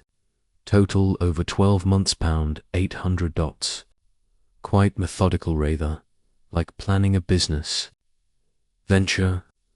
Blackmail is a profession, Crouch said grimly. I've encountered men like Pike before. They see vulnerable people as opportunities for profit, nothing more. There was a walking stick leaning in the corner, handsome piece of carved wood with a brass handle. Crouch examined it and found dark smudges on the shaft stains that looked suspiciously like the bell grease they had seen elsewhere. Everything we need to arrest him for blackmail, Crouch said with satisfaction. Whether we can prove murder is another question, but this is certainly sufficient to hold him while we gather more evidence. They descended to the saloon bar, where they found Randall Pike seated at a corner table, the remains of a substantial dinner before him. He was a well-built man of perhaps 50, with iron-grey hair and a florid complexion that suggested good living. His manner was confident, almost jovial, as he rose to greet them. Inspector Croak, the landlord, said, "You wish to speak with me. I assume this is about poor Mr. Compton. Terrible tragedy.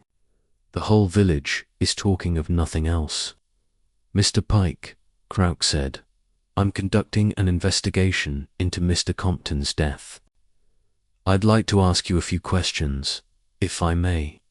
Of course, though I don't see how I can help. I barely knew the man." Pike gestured to the chairs opposite. "Please sit down. Can I offer you anything? The mutton here is quite good." Miss Marple settled herself in the offered chair, her mild eyes taking in every detail of Pike's appearance. His clothes were expensive, his manner assured, but there was something about him that reminded her unpleasantly of Eamon in St. Mary Mead, who had swindled several elderly ladies out of their savings. The same superficial charm, fearsome calculated friendliness. "When did you arrive in St. Alhelm's Cross?" Crouch asked, taking out his notebook. 2 days ago, Tuesday afternoon. I'm an antiques dealer, as I expect you've heard. I had word that the church here possessed some valuable silver pieces, and I wanted to view them with an eye to making an offer. And did you view them?" "Unfortunately, no. I had hoped to speak with the church warden. Mr. Compton Butor's schedules didn't align. I was planning to visit the church today, but this dreadful accident occurred." "It's interesting that you describe it as an accident," Crouch observed. "We haven't yet determined the manner of death." Pike's expression became appropriately grave. "Of course, poor choice of words on my part. I simply meant the tragedy of his fall. However it occurred, it's a terrible loss for the community." Miss Marple spoke for the first time, her voice gentle and apparently inconsequential. "Mr. Pike, I couldn't help but notice your walking stick in the corner of your room.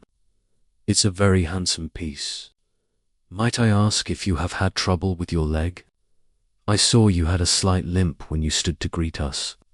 Pike glanced at her, and Miss Marple saw a flicker of weariness in his eyes before the affable mask reassumed. "Old war, injury, I'm afraid. Acts up in cold weather. The stick helps take some of the weight off." "How unfortunate. And you've been in the village for 2 days, you said. Have you spent much time exploring? Our church is quite ancient and historically significant. I took a walk around yesterday, admired the architecture from the outside. Imposing bell tower, very fine, exemplary of 14th century construction. But you didn't go inside? No. I thought it best to wait until I could arrange a proper appointment with the church authorities. Crouch leaned forward slightly. Mr. Pike, I must ask you directly, did you know Alfred Compton prior to your arrival in St. Alhelm's Cross? The question hung in the air for a moment. Pike's jovial expression didn't waver, but Miss Marple saw his hands tighten them imperceptibly on the arms of his chair. No, Inspector. As I said, I'd heard the name as the church warden, but we'd never met.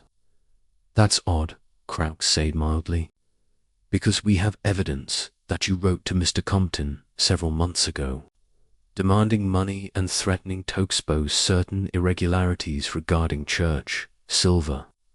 The color drained from Pike's face, then returned in an angry flush. I don't know what you're talking about. If someone has been using my name to extort money, then I'm as much a victim as this Compton fellow. We also have testimony placing you in the church bell tower on Wednesday afternoon, arguing with Mr. Compton about money. Impossible. I wasn't even in the village on Wednesday.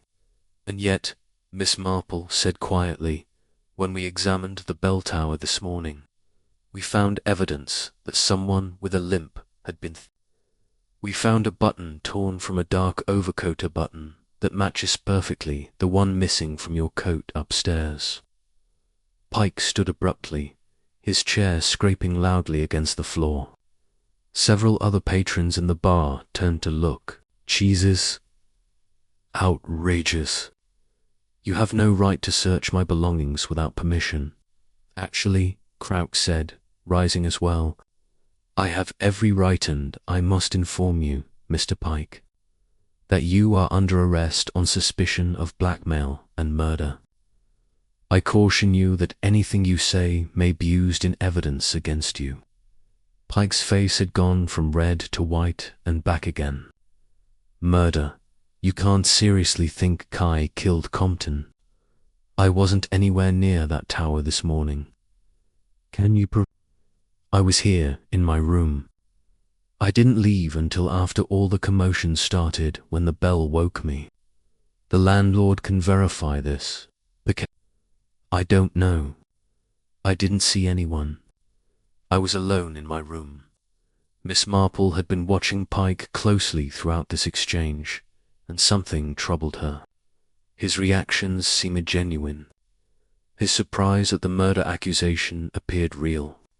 It reminded her of a case in St. Mary Mead, where the obvious suspect had turned out to be guilty of one crime, but entirely innocent of another. Mr. Pike, she said, I think it would be in your best interest to tell Inspector Crouch the complete truth about your dealings with Mr. Compton. Blackmail is a certainly, but murder is far more serious.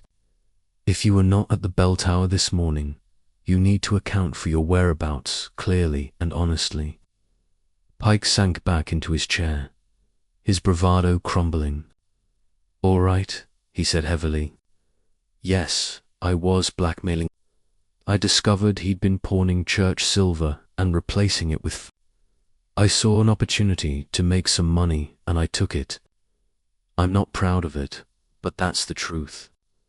I met him in the tower on Wednesday to collect the latest payment, but I swear to you, I had nothing to do with his death. He wasn't there this morning. Why would I kill him? He was worth more to me, alleviant paying, than dead. It was, Miss Marple reflected, a coldly logical argument. A blackmailer's income depended on the victim's continued ability and willingness to pay. Murder eliminated that income stream.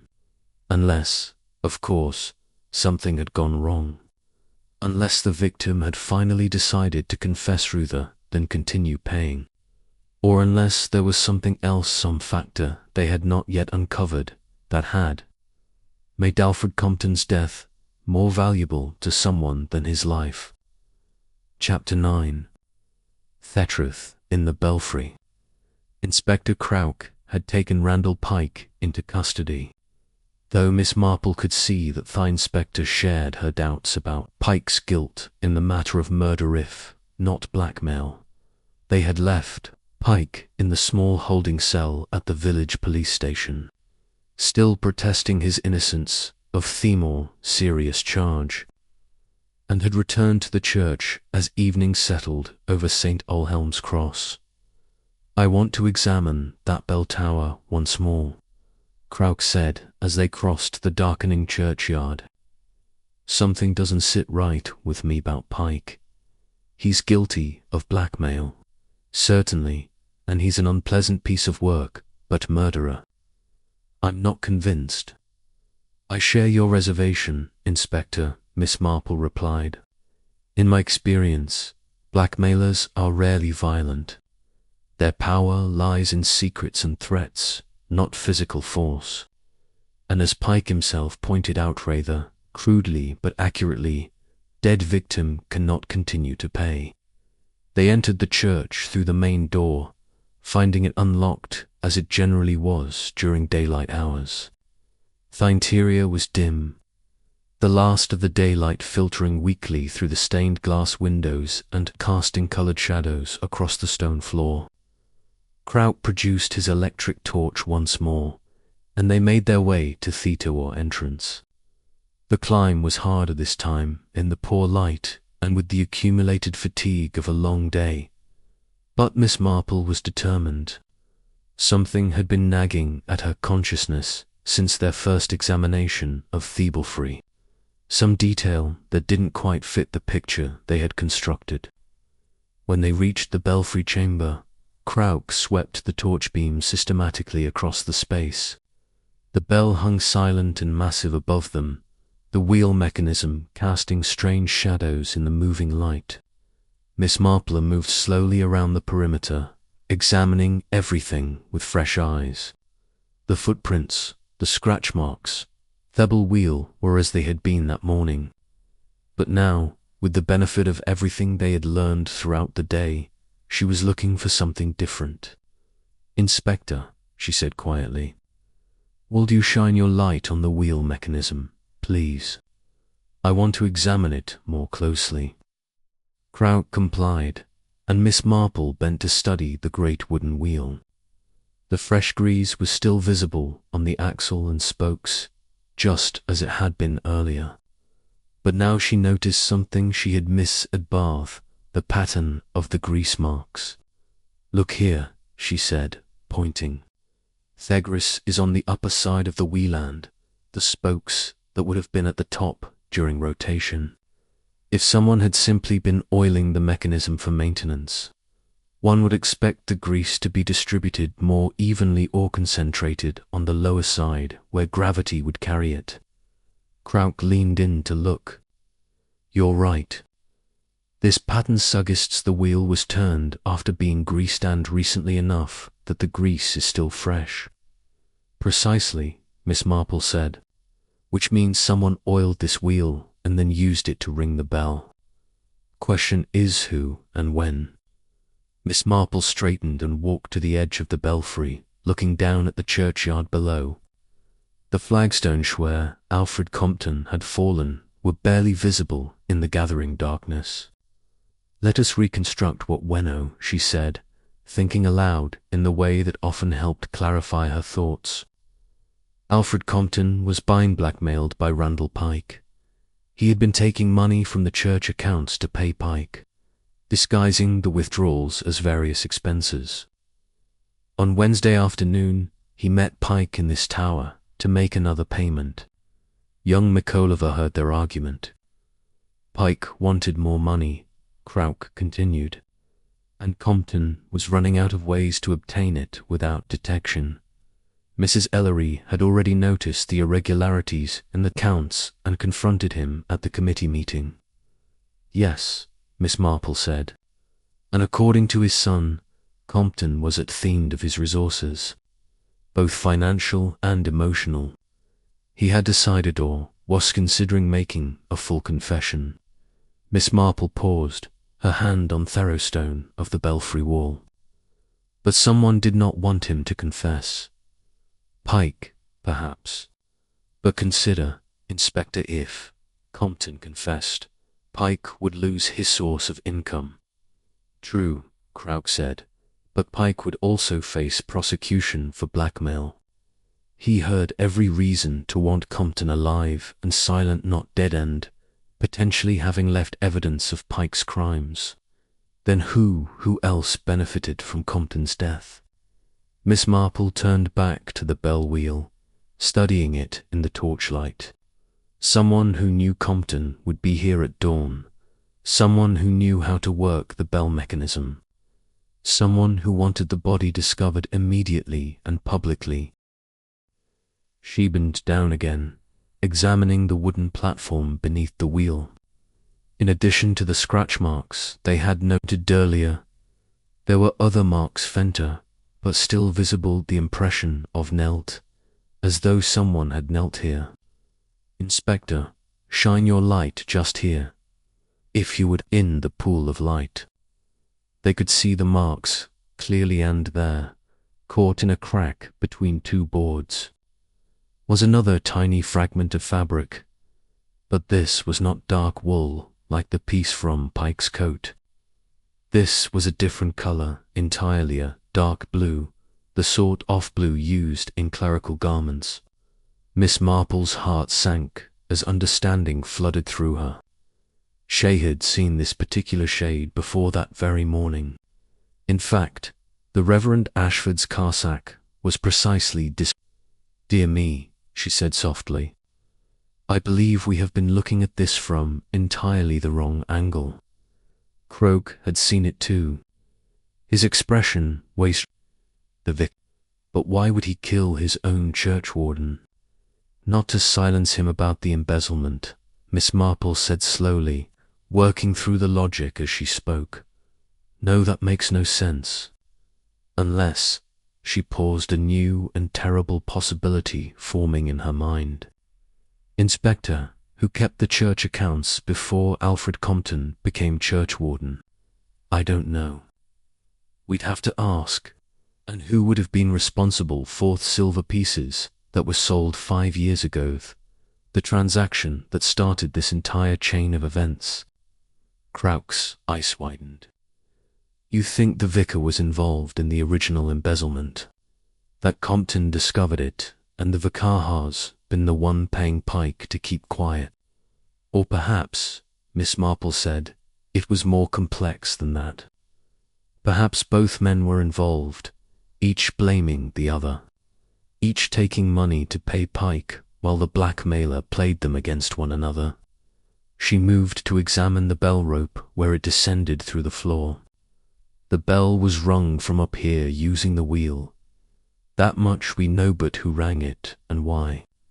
She closed her eyes, visualizing Thessaly as it must have unfolded in the grey hours before dawn. Alfred Compton, desperate and despairing, meeting someone in the bell tower. An argument, a confrontation, and then violent, swift hand. Terrible. "The grease on Compton's sleeve," she said, opening her eyes. "We assumed he got it from struggling with someone who had been working on the mechanism. But what if he got it from the wheel itself? What if he grabbed at it as he was falling or being pushed?"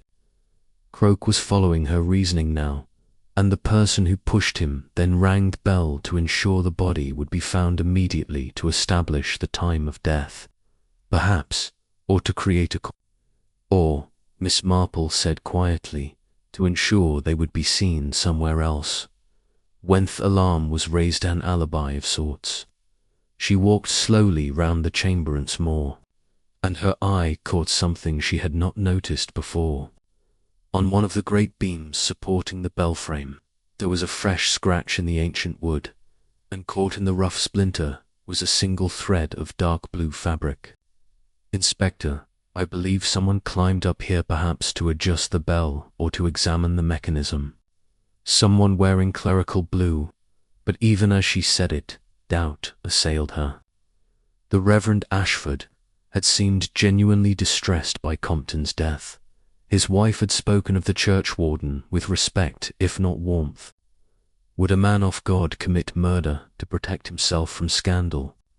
And yet she had seen it before.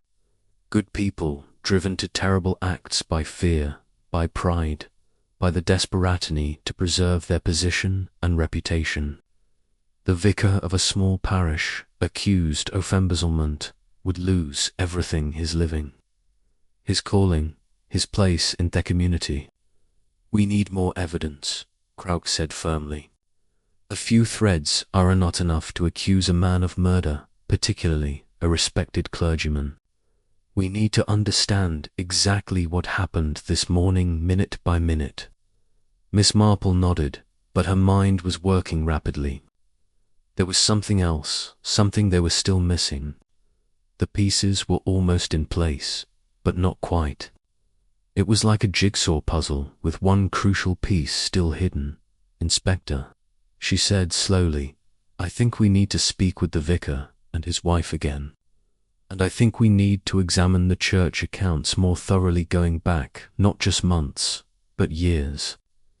If this began 5 years ago, the sale of that silver, then the answers lie in that original transaction. Croak agreed, and they began their careful descent from the tower. But as they emerged into the church nave, Miss Marple paused. Something had occurred to her, a memory from that morning that she had not properly examined. The vicar said he was in his study working on Sunday's sermon when the bell rang. His study is in the vicarage across road from the church. If he was truly there, someone would have seen him leave to come to the church, Mrs. Ashford. The maid someone will need to verify his movements, Crouch said.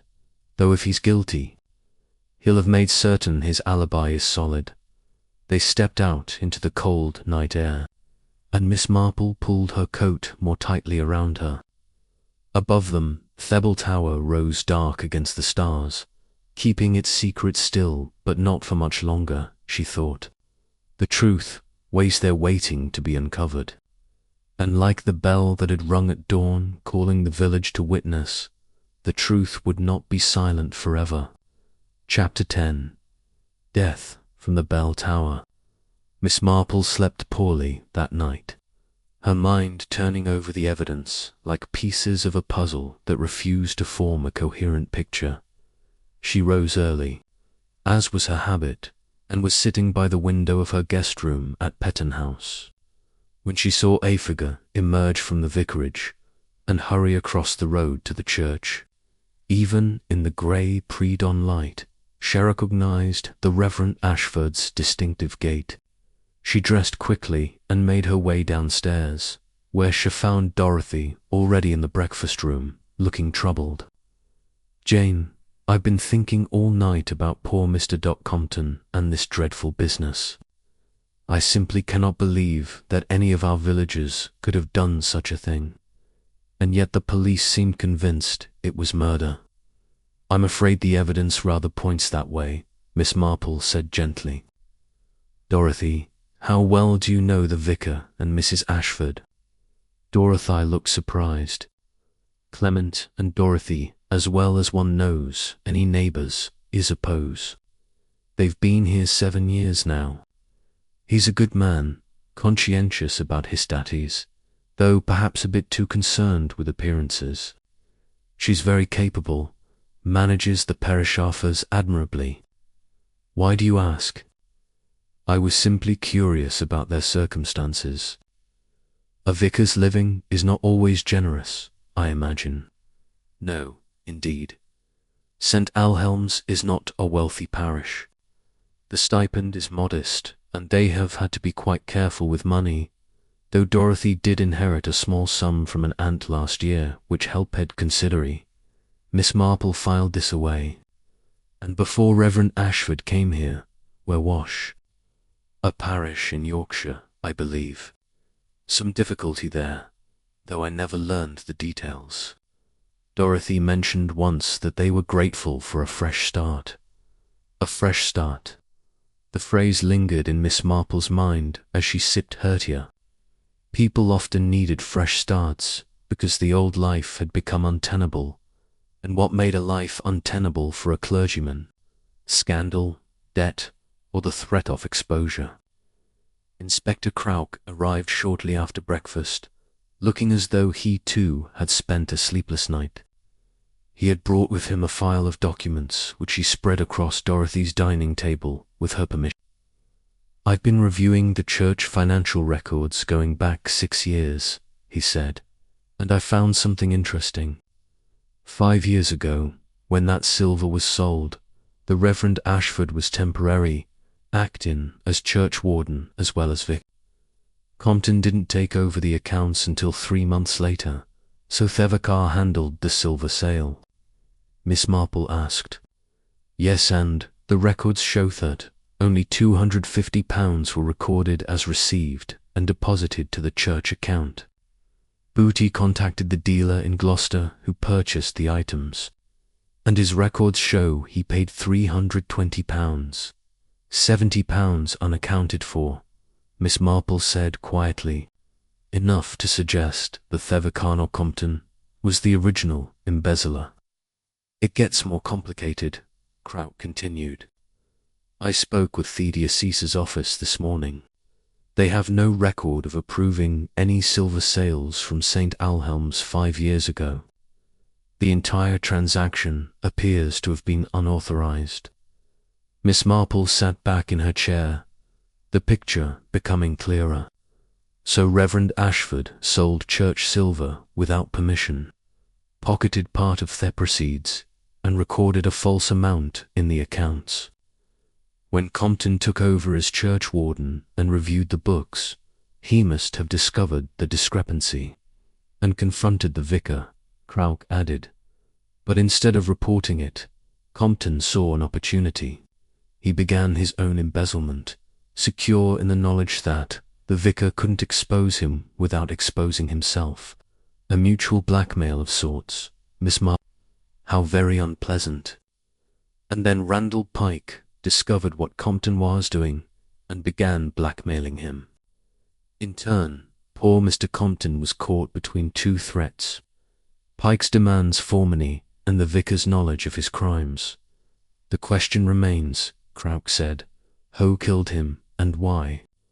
Miss Marple rose and walked to the window, looking across at the church. The belfry stood silent in the morning light, but in her mind was seeing it as it must have been at dawn yesterday dark. Cold, the scene of a desperate confrontation. "I believe," she said slowly, "that we should gather everyone together in the church if possible. The truth has a way of revealing itself when all the players are assembled, and I think the time has come for complete honesty." An hour later, they were all gathered in the nave of St. Alhelm's Church. The Reverend Ashford and his wife sat in the front pew, both looking anxious. Robert Compton and his wife occupied the proper set, Mrs. Compton's eyes red from weeping. Mrs. Ellery, the formidable treasure, sat alone, her expression stern. Young Michael Turner was there with his mother, and even Mr. Whitmore from the post office had been summoned. Inspector Crouch stood before them, with Miss Marple seated quietly to one side. Randall Pike had been brought from the holding cell and sat under guard. His confidence entirely evaporated. "Thank you all for coming," Crouch began. "I've asked you here because I believe we now understand what happened to Alfred Compton, and it's time for the truth to be told." He outlined the evidence methodically: the embezzlement, the blackmail, the confrontation in the bell tower. As he spoke, Miss Marple watched the faces of those assembled, redingled, shock and understanding in various measures. "But here is what puzzled us," Croc continued. "Why ring the bell? Why draw attention to the crime? The answer, I believe, lies in understanding who benefited from Compton's death being discovered immediately and publicly. The Reverend Ashford had gone very pale. His wife reached for his hand, but he pulled away, rising to his feet. "Inspector, I must speak." "I cannot let us continue." "Clement, no." Mrs. Ashford cried, but her husband shook his head. "It's over, Dorothy. I cannot bear the weight any longer." He turned to face the assembled group, his face haggard. "I sold that silver 5 years ago without authorization. I was desperate. We had debts from my previous parish creditors threatening legal action. I told myself I would replace the money, that it was merely a temporary loan, but I never did. And when Mr. Compton discovered what you had done," Crouch prompted. "He confronted me, yes, but he didn't report. Instead, he suggested we work together to conceal it. He needed money as well. It turned out his gap. We were both trapped by our own weakness and greed." Mrs. Ellery made a sound of disgust. Two supposedly honorable men stealing from God's own house. "It's despicable." The vicar accepted this rebuke with a bowed head. "You're right, Mrs. Ellery. It is despicable. And when that man, Pike, discovered what Alfred was doing and began blackmailing him, Alfred came to him in desperation. He wanted me to help pay Pike off. I refused. I said, 'Westhold, confess everything, face the consequences.' We argued bitterly about it.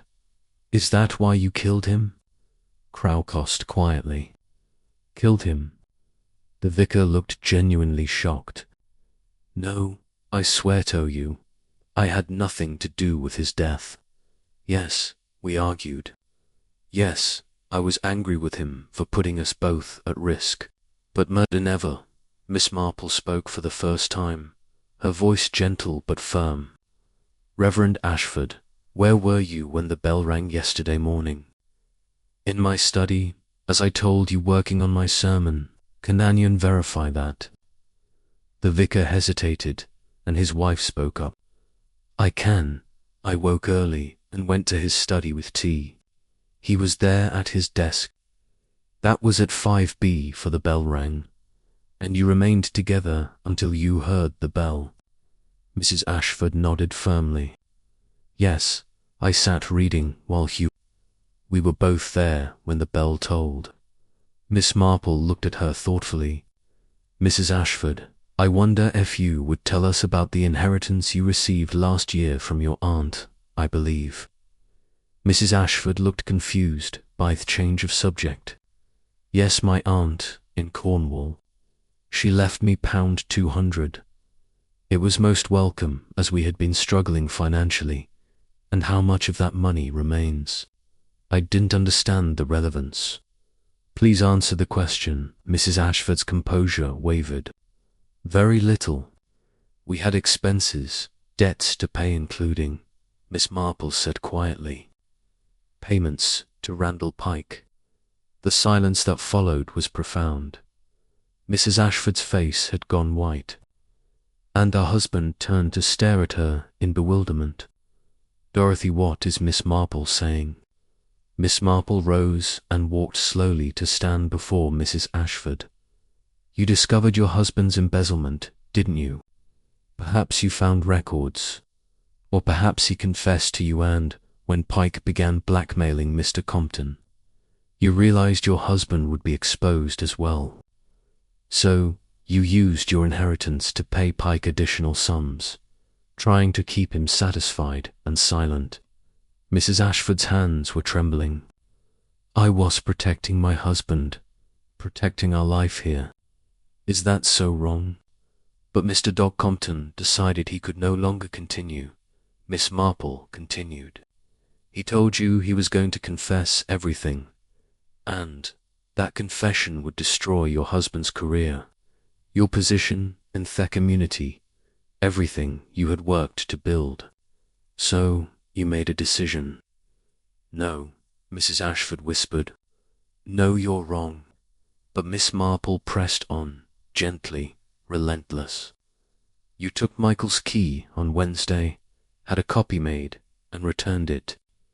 You lured Mr. Compton to the bell tower before, Don perhaps with a note suggesting a final meeting to discuss the situation, and when he arrived, you pushed him to his death. She couldn't have, the vicar protested. She was with me when the bell rang. The bell rang after Mr. Compton fell, Miss Marple explained. Mrs. Ashford rang it using the wheel mechanism to establish a specific time, to create the impression that the death had just occurred. Then she hurried back to the vicarage before you truly woke, brought you tea, and sat reading as though she'd been there all along. When the bell rang a second time, you both heard it together, providing her with analeby. Croak was nodding. The scratch marks on the platform, the handprint in the dustal suggest Compton was fighting for his life. And the fabric caught on the bell wheel and beam was from a dress knot, dark blue wool, the colour Mrs. Ashford wore yesterday. Mrs. Ashford had begun to weep harsh sobs that shook her entire body. He was going to ruin us, she said between tears. After everything we'd been through, all the shame in Yorkshire, the fresh start, here Alfred was going to destroy it all out of conscience. I couldn't let that happen. I couldn't. Her husband sank down beside her, his foes buried in his hands. Oh, Dorothy, what have you done? Miss Marple felt the familiar sadness that always accompanied the resolution of such cases. A life taken, another life ruined, all from a chain of small compromises and moral failures that had led inexorably to tragedy. As Inspector Craik led Mrs. Ashford away, the bell of St. Alhelm's began to toll a Slough knell. Miss Marple stood, listening to its ancient voice, calling truth to light as it had done for centuries. Murderers often forget, she said quietly to no one in particular. A bell calls more than the curious. It calls the truth.